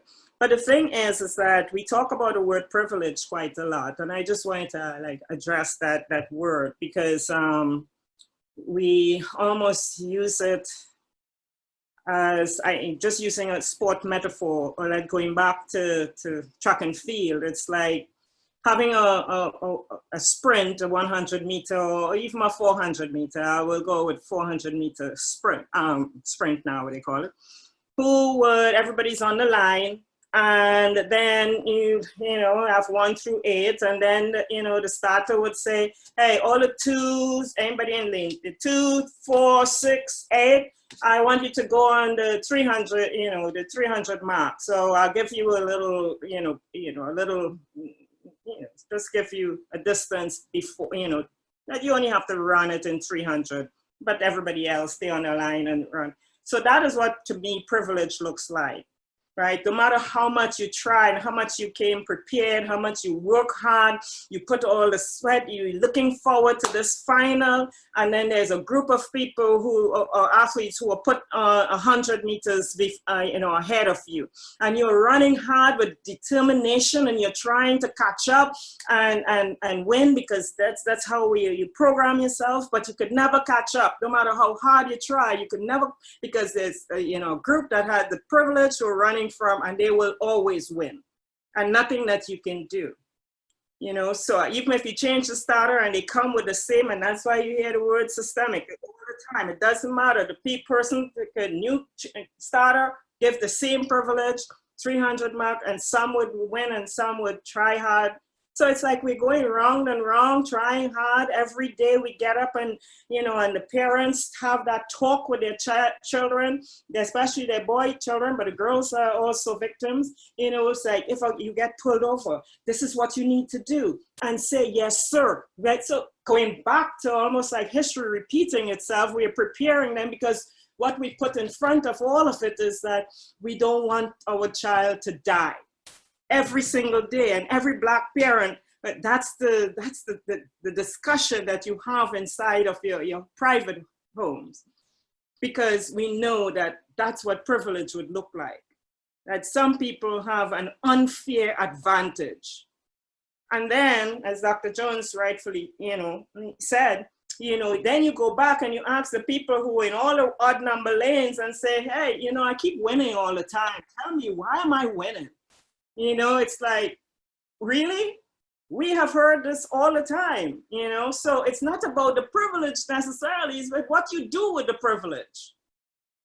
Because I have lived long enough to realize that people don't give up privilege. If you have privilege, you sit on your laurels and you enjoy life, and then I am one of the few Black sports psych people out there, and I'm working with different countries. I'm doing all of these. I write programs. I mentor people. And then I see, when it comes to the NBA or the NFL, I watch people who are not really as versed as I am. They get the jobs and they don't look like me. And what do? I go and I keep getting credentials because, I'm still running from the 400 from out of the blocks, but I know I can't catch up. So people look at me and they see all the way right through me and not see me. They don't see all of my hard work, how much my heart, is into this and how skilled I am. You just don't see me. And every time it seems like they're asking me, okay, what are your credentials? What make you so good at what you do? And you have to keep explaining yourself and going through a resume every single time. And it's tiring. It's tiring because that's why the youths are saying, we want to be seen. We just want to be seen. So that is what is the frustrating thing for me. And this movement that is happening now, if we had to get anywhere, I love coming into the country, and I had to study to get my citizen test. And one of the first things, it's one of the most beautiful mottos that I've ever heard: in God we trust. And I think that's where Coach Carmen was coming from, because we have this amazing motto, in God we trust. And then we look and say, yeah, but we will love you up to a point, but the color of his skin, let's just not talk about that. So you say, I don't see color. But we want to be seen. We want to see for our similarities are more, we have more in common than we have that's different. But we do want you to see our different, because we move a little differently, we sing a little differently, and we want that to be okay. We don't have to every day justify that. So for me, it is, we need everybody's voices. And it's not our voice alone, it's just, we just sing it and over, and we sing in the same song, and we get tired, and then we go back, and then something else would happen, and we take another breath, and we go and go and go. So it's tiring. Every day I come home, even as a professional, as a senior professor, and I am tired. And I always have to recharge. The only fortunate thing about me is that I have a really strong spiritual support system that is made up of African Americans who I love. I went to an HBU, so they taught me how to be an African American. They taught me a history, and I have my Caribbean people. And that's why when we see something and people like, our heroes in track and field in the Caribbean, we all jump and we all celebrate. We compete with each other hard. But when we are out there in the Olympics, we're like, oh yeah, we are all one. Because they represent us. They're like our fighters. And they tell the world that we exist. So we cheer for them, and we want to wear our colors whenever they go out to compete. And I see it here working, in track and field. I see what that color and being able to wear the t-shirt and everybody's, I love the foundation. I give my time to the NSAF because they are a group of people who, from what I see, come together and saw a deficit and took action as far as the work that is needed to be done for youths as part of an important part of the track and field movement, whether they make an Olympic team or not. But these kids, these young kids, they have an opportunity to go out there and compete and get a little medal, and they feel good about themselves because it is part of their identity and their character formation from a very early age that they can take from sport into a boardroom. So the foundation saw a deficit and they did something about it. They made a statement. So that is what I would like to recommend. We gotta find whatever, way we can do it. We look into our own strengths, our own consciousness. No one has to tell you about being a decent human being, because that is what it means in God we trust. It's the country's motto. It is not, oh, let me give you a handout, because that's how we're gonna see it. Just be a decent human being. That's all. I know I went on a rant to that, but I needed to get it out. Thank you so much. We've got 3 first-time speakers here who have joined us for the first time tonight.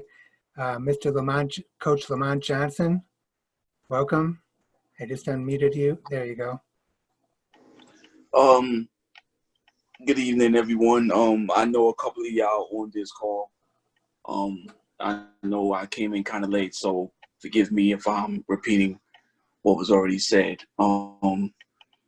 I've had these calls over the last couple of weeks with a lot of my white colleagues and friends, and the one consistent thing I told them was, what are we gonna do now? Because clearly in 1992, when we literally saw cops beating a man half to death in LA, it just kind of went over your heads. Okay. We've seen unarmed kids, unarmed males, unarmed females getting killed. Kind of just went over everybody's head. The question that came after that was, what did they do to deserve that? I will never understand that response, but whatever. So once again, now that the pandemic hit and we all got time on our hands, well, most of us, the question now is, okay, what next? What are we gonna do? Are we just gonna use the pandemic to sound like we're in the fight, or are we really gonna do something? Or do we have to wait for, it to hit the white community for people to actually give a damn? Because that's when things get changed. I'm sorry to have to be the bearer of bad news, but it's no different than the crack epidemic. Crack was in the black community for a long time. Nobody cared. Then when it hit the white community, all of a sudden, here comes Nancy Reagan and the Say No to Drugs campaign and the war on drugs. So is that what it's going to take? Is that what it's going to take? I mean, it shouldn't have to come to that.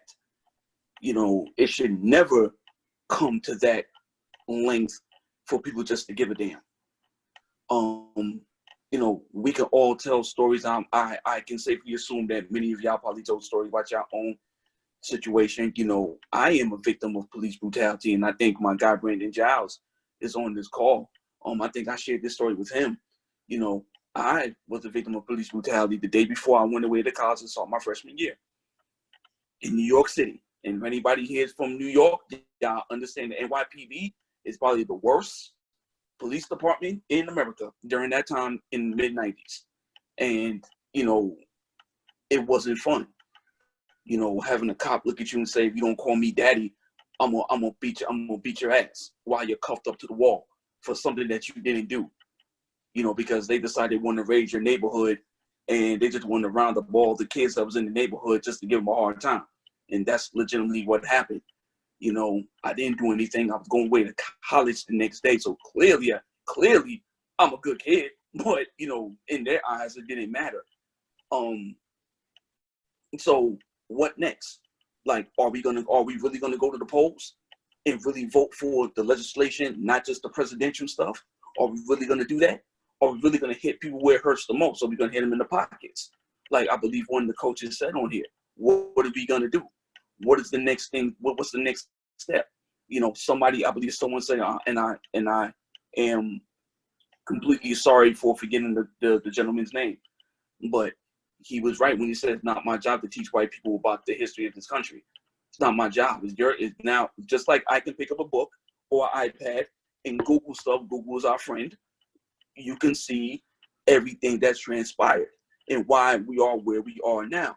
Nothing got fixed because the most powerful voices in this country remained silent because it didn't impact them. And that is the thing that has to stop. Okay? It has to. If you have Black friends or whatever the case may be, you claim you love all, then guess what? You can't wait for something to hit your community for you to give a damn.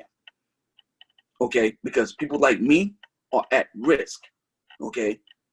I am 43, 44 years old. My mother still calls me in panic every day, hoping that I'm home. And I'm a grown-ass man. Think about that. I come, if you see in the background, I have a Jamaican flag. So anybody here who's from the Caribbean, y'all know how Jamaican parents are.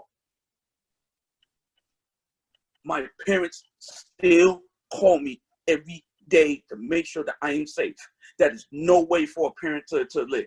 And I already know most of the time, most of my white constituents, they don't have to worry about that.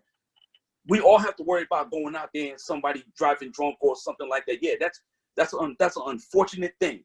But for the most part, it stops there.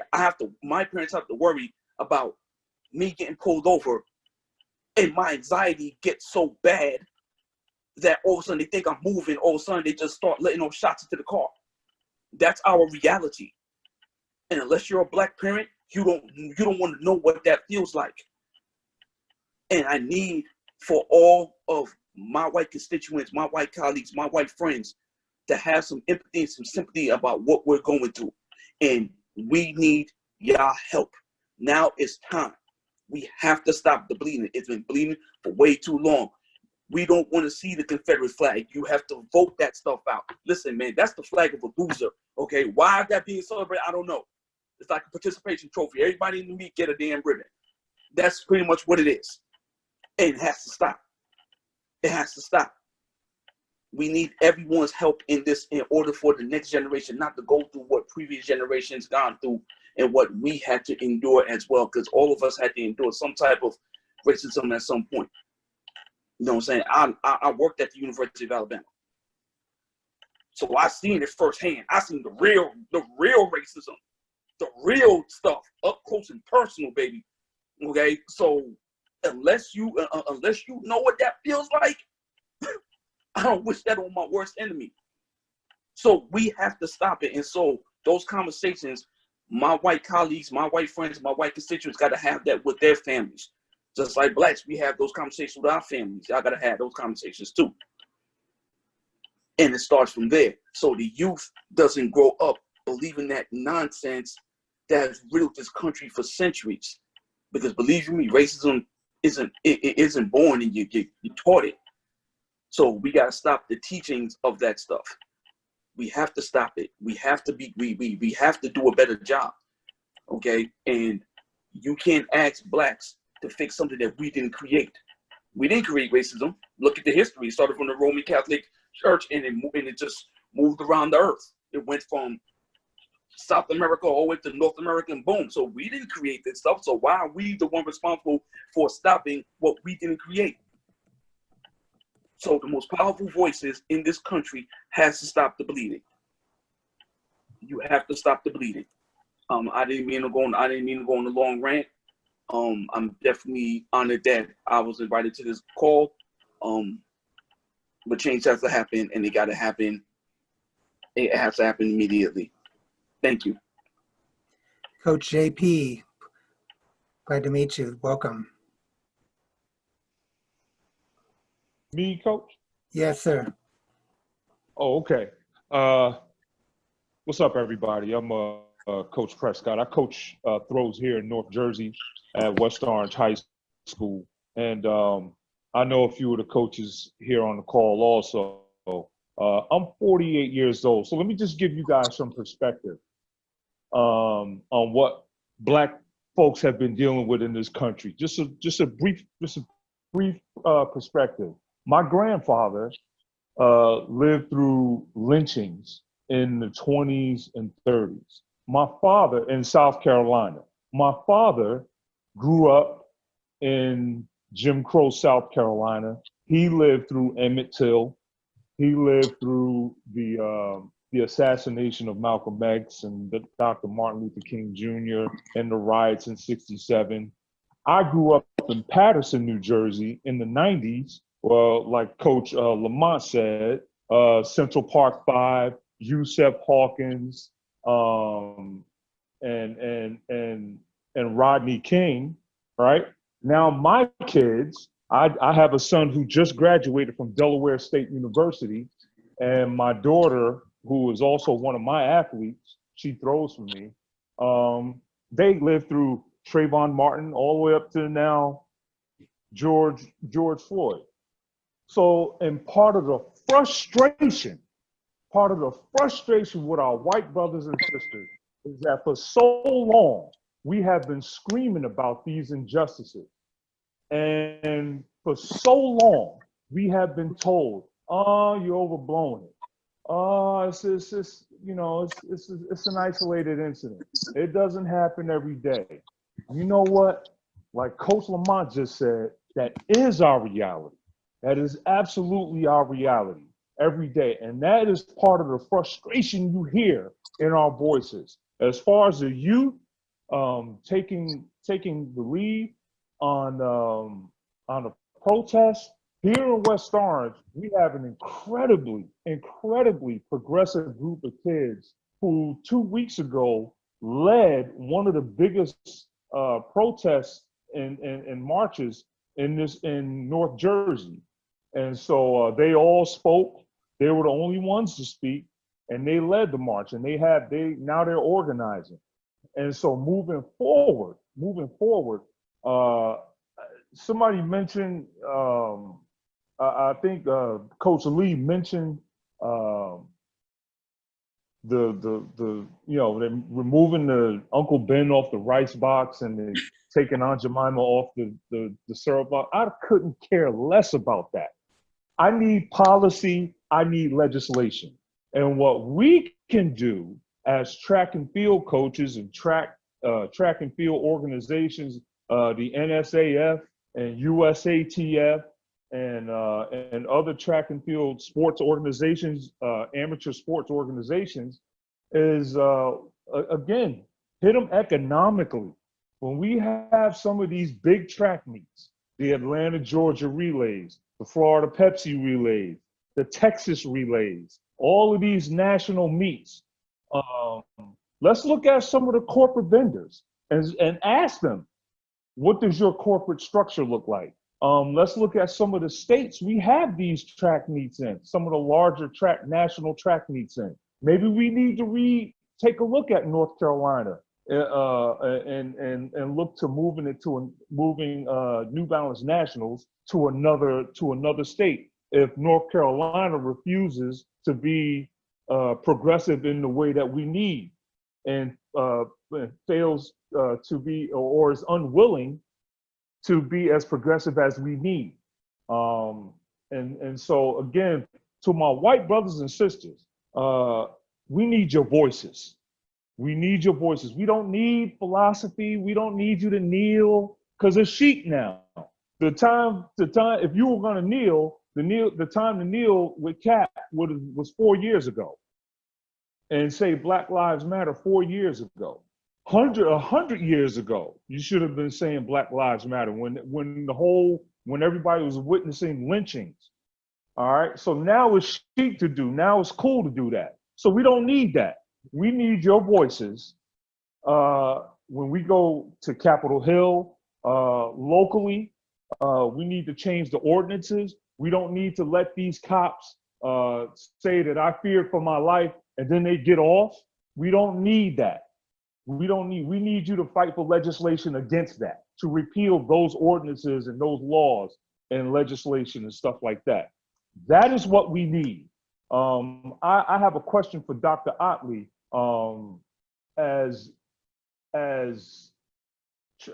coaches, coaching kids, what can we do to kind of manage the mental health of our kids who, you know, like everybody said on the call, you know, some are traumatized by these events. What are some of the signs that we need to look for? Most high schools have, you know, counselors that the kid, you know, that the general body can go to. But Doc, you're a sports psychologist, so I just, you know, I would ask you, what can we as coaches do to help preserve the mental health of our athletes?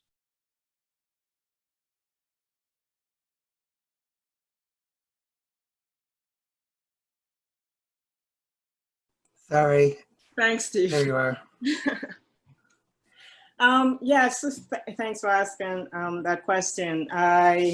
Because I always believe, you know, most of the things I always tell people, most of the things I know about sports psychology, I learned from coaches.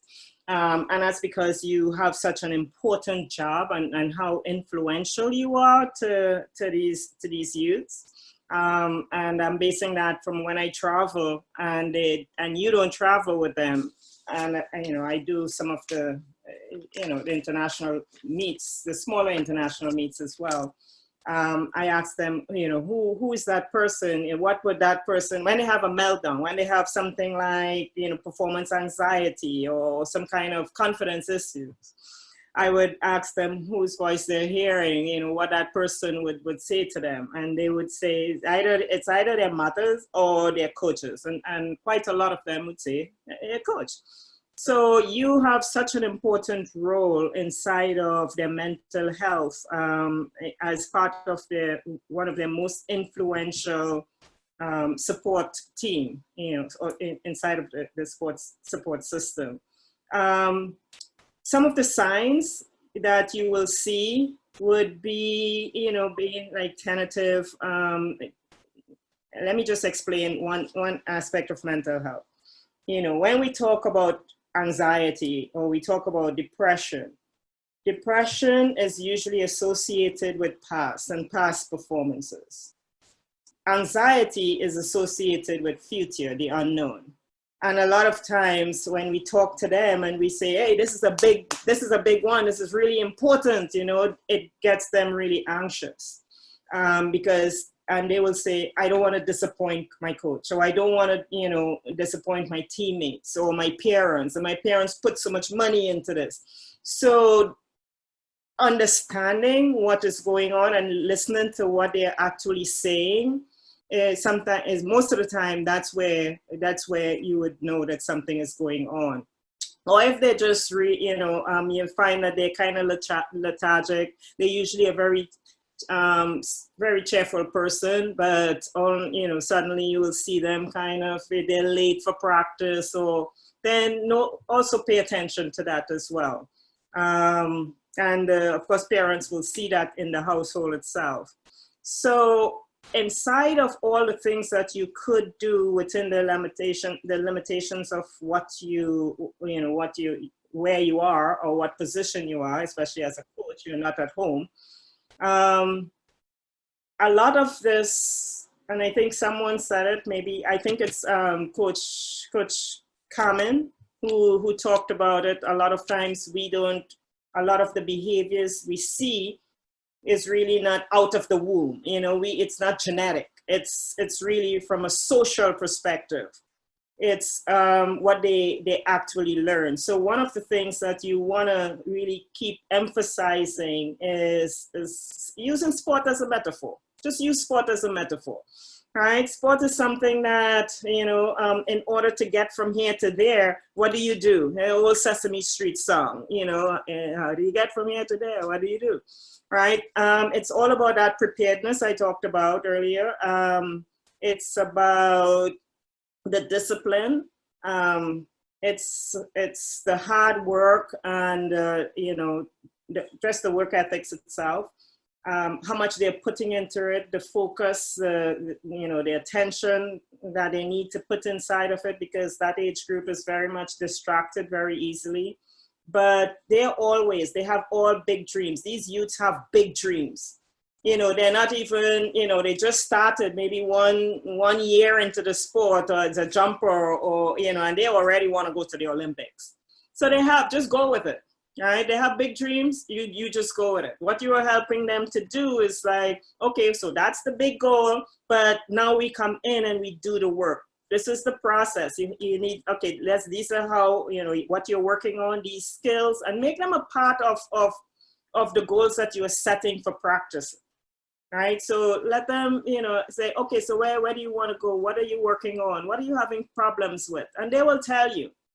You know, so it depends on your coaching style. So some coaches, you know, they you know, don't have time for conversation. So they just say, okay, I want you to go and do this. This is your workout plan and blah, blah, blah. You know, that's it. But some athletes really want something different. You know, the coach who mentored me was John Cheney from Temple University. And he would say, I would have 2 players, you know, and that's just kind of doing a scrimmage, and I will stand up and watch them, and I'll say to one of them, you call that a dunk? My mother could dunk better than you. And he said, for one athlete, that will just motivate him, and like, yeah, I could show you, coach. And the other athlete, that could break that person. So you gotta know your athletes, and as they say, they want to be seen. So you have to just be able to know, okay, this is what this athlete is like, and this is what this athlete is like. And that's just from a general perspective, but all of them like structure. So make sure that you have, you know, the structure, and when they're going away from the structure or breaking the pattern, then you can say, hey, listen, something is not, you know, why you're doing this differently, what's going on. But how they come, when I'm working with athletes, I want to know when they get up in the morning. I want to know what they're eating for, you know, breakfast, lunch, and dinner. Who's missing breakfast? Most of them do. So, you know, I want to know, you know, when they prepare their, you know, their kit or their bags for competition or to go to practice. I want to know how they're doing in school. So it's really the whole person that you're working on, and not just about, okay, so we're going out there to train and to compete. I think they appreciate that more, and they'll say, hey, coach really likes what I'm doing. So I always go with it, I call it the 3 V's, because it's easy. I always do things and say, okay. So they want that sense of identity, that sense of self. And that is a big part of their social system, who you are. They're attached to you. You want them to also have their independence and also to have their work ethics. But that's how, teach them how to value themselves as individuals, how to be, you know, and stand up when they're opponents, how to take losing with grace, right? Because they can't, a lot of times they don't handle losing well. So you want them to be able to understand that losing, you know, is an important part of their journey, getting to where they want to go, because losing tells you where you are and what you can go back to practice and work on to come again. So put it in perspective for them, right? And to be able to assess, you know, when they're improving, like, you know, oh yeah, in this first jump, I hit this. And in my second jump, oh man, I you know, I scratched. I had one more jump to do, and how do I pull it together in order to do it? So they always, they're evaluating, but they have a script, because the coaches have told them, hey, listen, this scenario could happen. You could scratch, and then you have one more jump. Can you still stay without, you know, and get on the board? So it's just those little things you teach them, you prepare them before on this scenario or that scenario could happen. And when this happened, this is, all right. So, and then it's just celebrate the small accomplishments, not only the big wins and the other wins, just the small things. Oh, you know what? You know, you've been struggling with, you know, keeping your arms or whatever you're teaching them in the process. And you really did a good job doing that. Might hit the board 3 times, but they did it. They ran down the runway. They've been struggling, but they ran down the runway well. So celebrate the small accomplishments as well. So mental health, if they feel good, most likely they're gonna keep motivated, right? So don't put a mental health before what happens in sport, in practice and in competition. Do help them through understanding what the practice is about and how to, and then that you will see the mental health wouldn't be an issue, or it wouldn't be as dark a place for them to go in, right? And be positive. Right now, these youths, they respond to positive. Thank you so much. We've got a student athlete here, one of our Project Javelin throwers. She's a rising senior in New Jersey, Aliana Euchre. Hi, I've been in this call since it started, and just obviously this isn't, since all of this started, since Floyd's death and before that, I've been trying to inform myself, because I'm not going to pretend like my grandparents aren't racist. I'm not going to pretend like I don't come from ancestors that supported the systematic racism that we all currently live under. And I'm not going to pretend like I wasn't raised by people that thought things that I didn't support.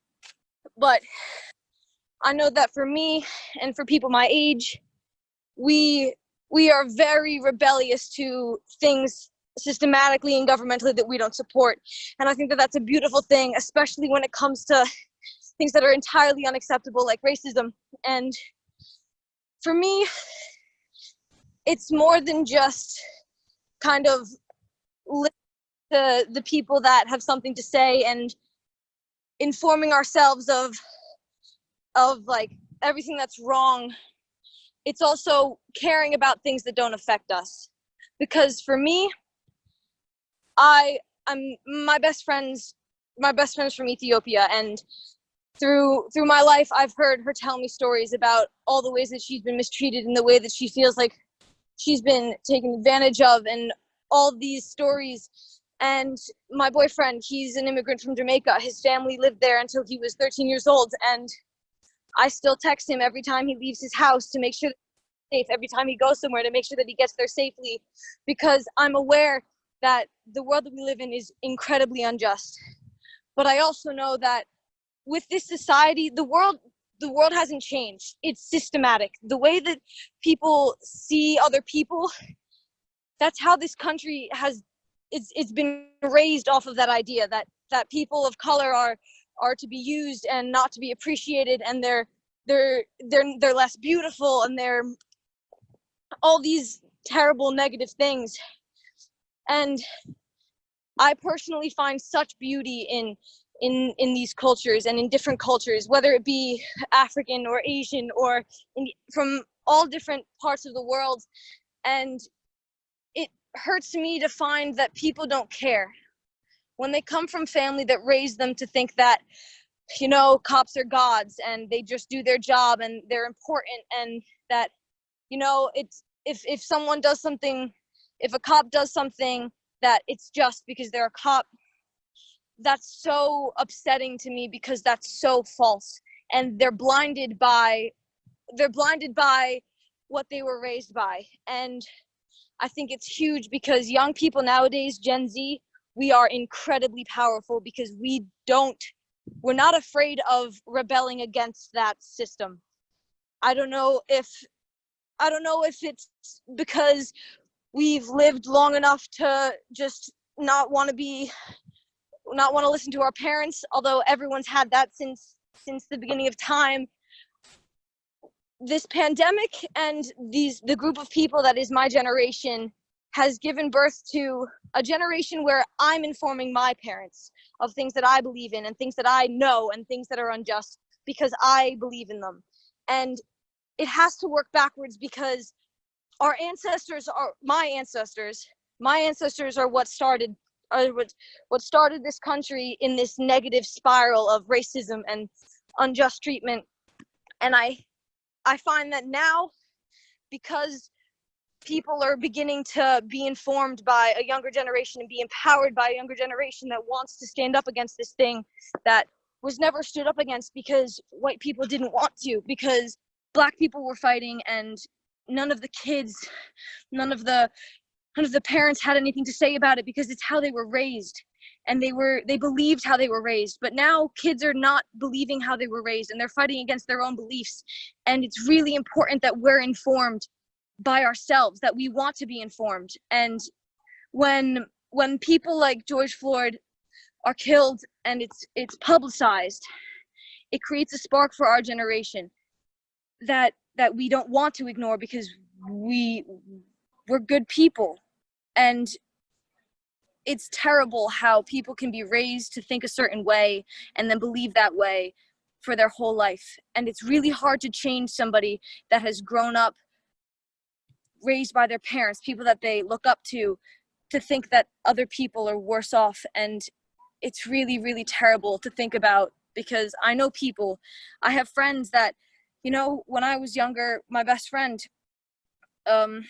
Republican, and there's obviously, I'm not saying that being a Republican is the worst thing, but he's very racist, and it didn't really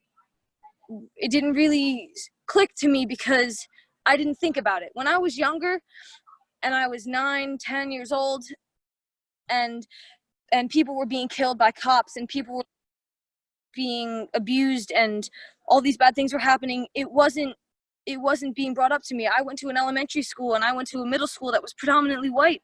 I was friends with a few cultural different kids that were in my school, but I wasn't surrounded by it, so I wasn't introduced to it. I didn't see these things happening and take an interest into it because it wasn't brought up to me.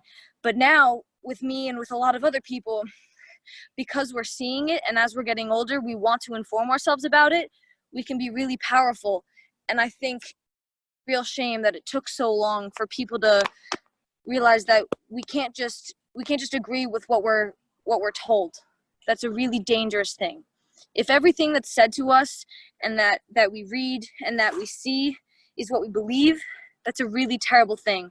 And with the internet, it's raising a generation where anything I hear, I can just look it up and I can fact check it, and I will fact check it because I don't believe everything I'm told. And back then, that's what it was. If your parent told you something, or if your school told you something, or if you read something, that's what you believed, because there was no way to think otherwise. And now we're in a generation where we question everything. And with that questioning comes our own opinions. And racism is such a blatant, it's a human characteristic that's been taught. And it comes through generations, but we can question it. And as soon as we look at it, as soon as we see all of these things, we know immediately that they're wrong, because they're right in front of our eyes. And it's impossible to look at these things and these acts that are on videos and think they're okay. And it took until this moment where people would question it for us to make these changes. But I think it's a beautiful thing that nowadays we have groups of people that are informing their parents and that are informing their friends that this is not okay, and making them take an interest, because they're not being interested by their schools. Their schools aren't interest.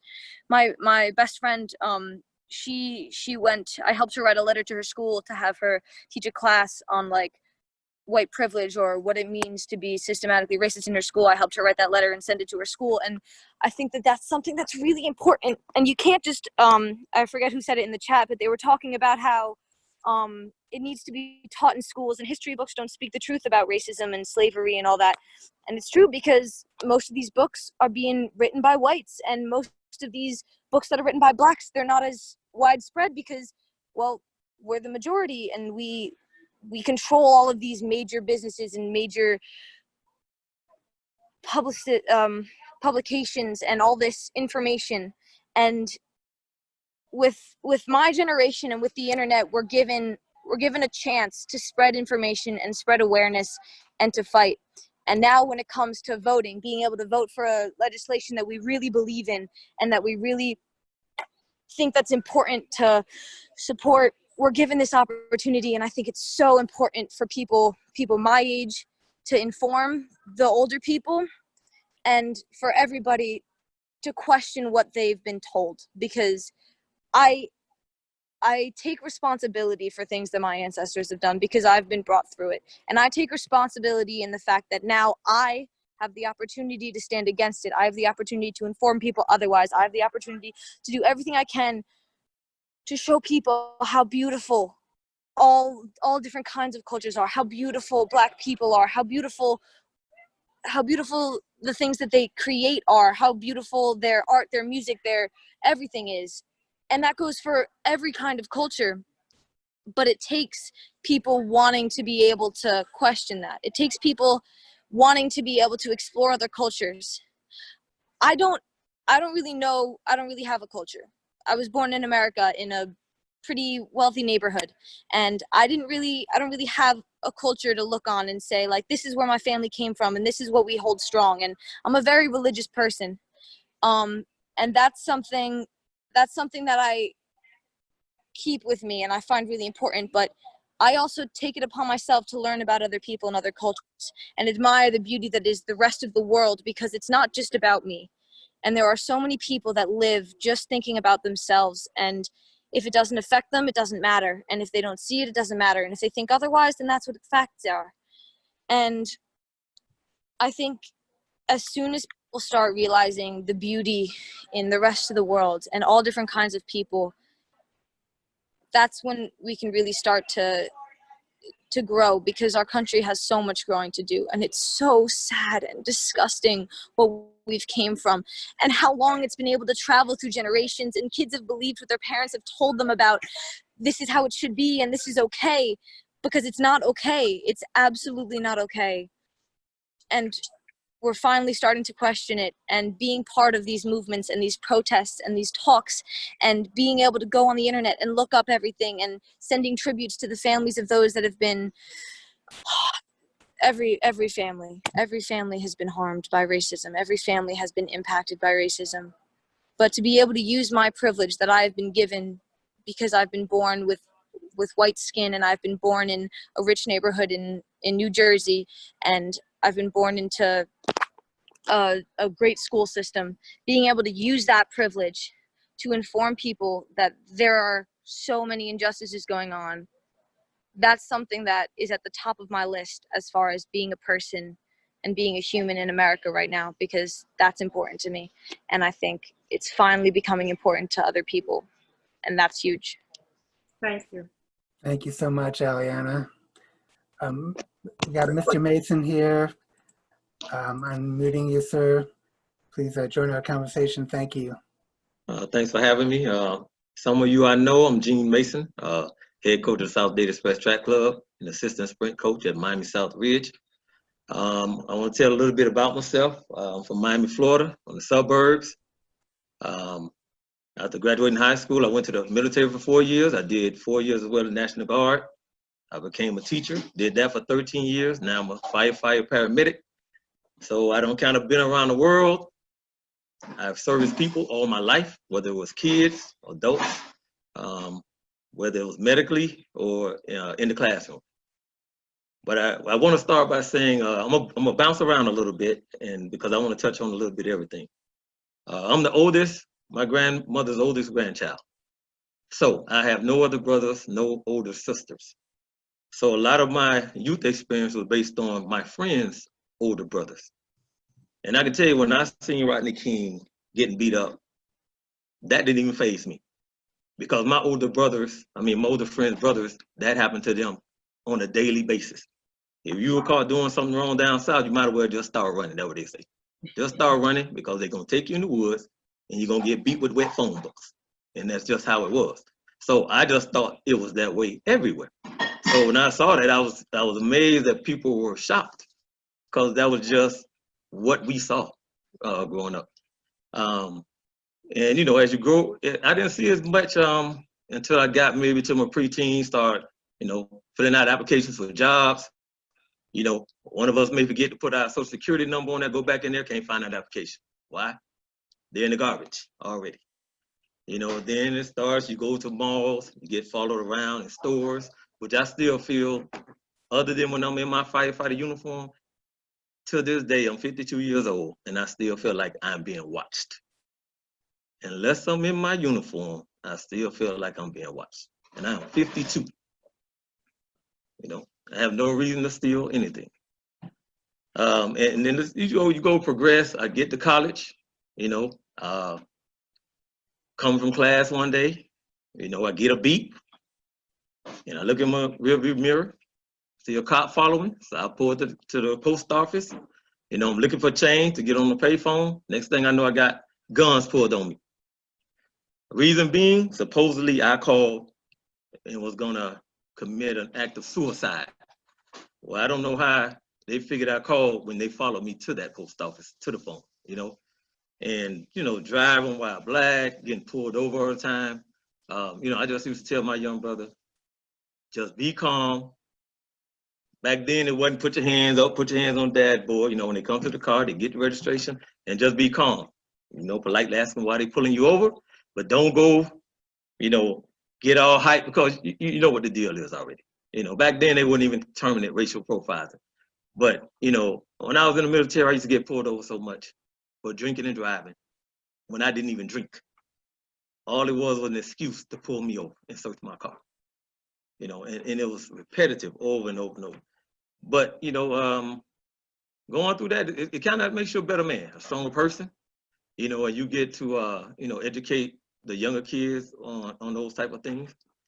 As far as it pertains to the sports world, you know, in track and field, if I say I've experienced any racism, I can't think off the top of my head, but coaching Little League football and attending one of my best friends' baseball games, man, I've seen that a lot, from not getting served at restaurants, from my kids getting called monkeys. I mean, if I sit here and just think of the things on and on, it's just amazing reflecting back, you know, on those times. I think as I've gotten older, I've probably experienced this less, but I've been more aware of it. So, in fact, yes, in track. So, Ms. Carmen, you might have heard this story, because this comes from Ms. Hardeman. So, a couple of years ago, I'm at the state track meet in the hotel, and one of my former summer coaches asked me, did I see the Facebook page of one of my kids? And I was like, no. And I was like, which kid? And she was like, Colton. I said, well, what's up with Colton? So I look on the Facebook page, and my track club is predominantly black, but I have a few Hispanics and a few whites. And somebody posted, because he posted a lot of pictures with a lot of our African-American kids, does he have any Caucasian friends? You know, and it happened to be one of his family members.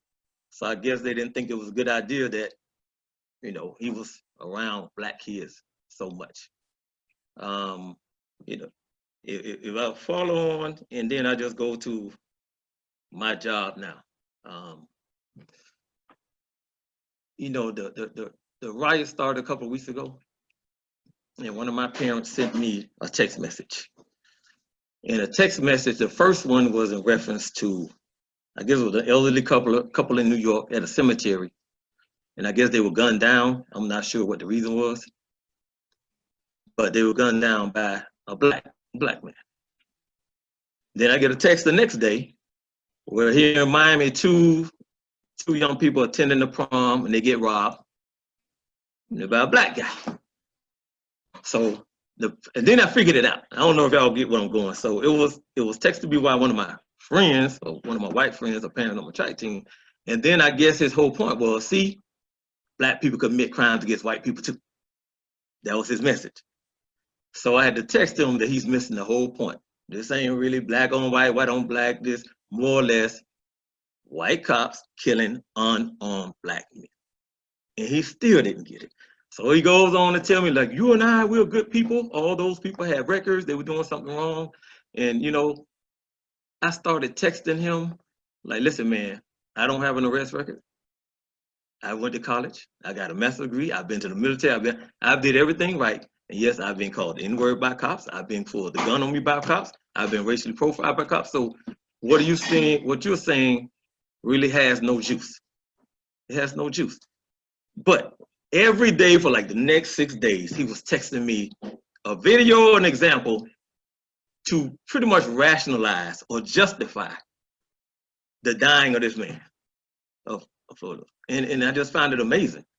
And finally, one of my friends just say, man, listen, don't even respond to his text messages. You may want to sit down and talk to him, because anybody can take anything that you text and make a negative out of it. You know what I'm saying? So I actually ended up talking to him a couple of days ago. And, you know, I just tried to explain to him that, you know, unless you're a black man, you don't know what it is to be a black man. You know, and then when you come to Miami, it's racially diverse. So we have blacks, whites, Hispanics, you know, Russians, we have everything here. And here, even the Hispanics, I hate to say it, are just as racist as the white people. So we seen it from all sides, You know, and it's just unfortunate because I can imagine if I was a teacher and I walked in my classroom, because I've taught at predominantly white school, I've taught at an all black school, and I've taught at a school full of basically migrant kids. If I walked in there and I just judged those kids by the color of their skin and decided I'm not going to teach these kids well, I'm going to teach this group of kids well, or treat this group like this, I mean, it's really disheartening. And I just don't think things gonna change that easy. It's like with the Aunt Jemima stuff, we just taking the icing off the cake, but we're not getting to the cake, the substance of the cake. And unless we start really doing something where it's laws and passing laws and things like that, I just don't think it's gonna change. So whether you get caught with crack or cocaine, why is there a difference? The guy with the cocaine might get 2 years, the guy with the crack might get 20. Because why? Because crack is predominantly in the black neighborhood, and white cocaine is usually used by white people. That's systemic. You're already setting us up to fail already, just like that. So, you know, man, I'm rambling. I just had so much to say. You know, I just think it has to start with us teaching the younger kids, because it's really, really difficult. Once, you know, kids absorb so much when they're young. Their brains are like sponges. And if, you know, if your parents have instilled all this hatred and this inside of kids, it's really difficult to undo that. So if you take a parent that's 25 and he's instilling racism to his kid, then that kid's turning 25, have another kid, that's 75 years of racism. That's not going away in 1 year. You know, it's just gonna take time. We're just gonna keep nudging at it. But just like my parent, he just keep making these rationales and justifications. If we continue to think like he thinks, I mean, we're just beating a dead horse, man. I mean, I just don't understand how a person could look at another person and just not judge them for who the person is. You know, even though all the things I've experienced, there's not a racist bone in my body. You know, and I look at people for who they are, you know, and I take my experiences with people and I don't look at what other people say about this person, because, you know, now you're taking on somebody else's experience with that person. So I just think this young lady, I commend you. It had to be very difficult for you to come in here and speak, you know, in front of all us old people that have all these experiences. I hope your major is political science or something, so you can get in there and make a change, you know. But I just appreciate you guys giving me the time to speak. The track community has become, all my best friends are now pretty much the track coaches. You know, track practice and outdoor is my clubbing, because that's what I do. So a lot of you I've met, some of you I have not, but if I ever cross you, I appreciate everybody coming on and voicing their opinions, and we're trying to make a change, and that's really appreciated. I just want to say thank you as well, and I feel really honored because it's people like you, coaches that have been through things that no one should go through and have learned lessons that people shouldn't have to learn. It's people like you that can teach others how to be good people, and I feel really honored to be able to be in this call and hear these stories from you people and feel respected by people that I respect so much. So thank you everyone for letting me speak and listening. Thank you to everyone who's joined us tonight. I think we're coming up on 3 hours here, but this is just the first conversation. I think we're going to have some more, and we're going to also get into some other topics, I think, as well, that affect our whole community. And I really hope that this is just the beginning, and I sense and feel that a lot of you do too. Would anyone else like to say something in closing here? Dr. Ottley needed to check off here, and we will certainly keep everyone posted, and maybe in the future we'll do this on YouTube as well if I get that part figured out. But this worked out pretty well, I think, once we got going, and I feel, you know, so honored that everybody contributed the way they did, and just kind of blown away, really. And would anyone else like to say a few things in closing? Yeah, if you want to see an interesting experiment, Jane Elliott. She was an American activist and school teacher back in the 60s. She did a couple of experiments using kids and how you can actually, the power of your words and actions can really influence the way they think and feel. So she basically, had her class and, pretty much Caucasian class. And she did an experiment where she told the class that pretty much everybody with brown eyes were bad, pretty much separate the class. And you'd be amazed how these kids start turning on each other. Just based on her influences and the prejudice she put on, it pretty much was an experiment, but it's really powerful. And you guys gotta check it out for yourself. Jane Elliott, I don't know if any of you have ever seen it, but it'll really touch the point as we have to get these kids and touch them when they're younger. The younger they are, to change this mindset and the mentality, I think we'll have a better chance. We've recorded this, and we are gonna put the full recording on YouTube. We may break it up in maybe 1-hour segments, but it'll be there for everybody to share with your friends and community. So this won't be lost to history. We will have this to keep and share along with more conversations in the future. Anyone else?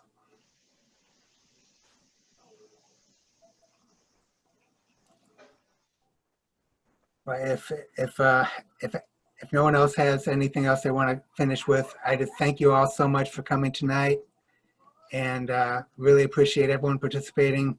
We will let you know in the weeks ahead when we have another one of these, and just thanks to everybody, both coaches and guests, and Dr. Ottley, and our NSAF staff, and everybody who was here tonight. Thank you so much.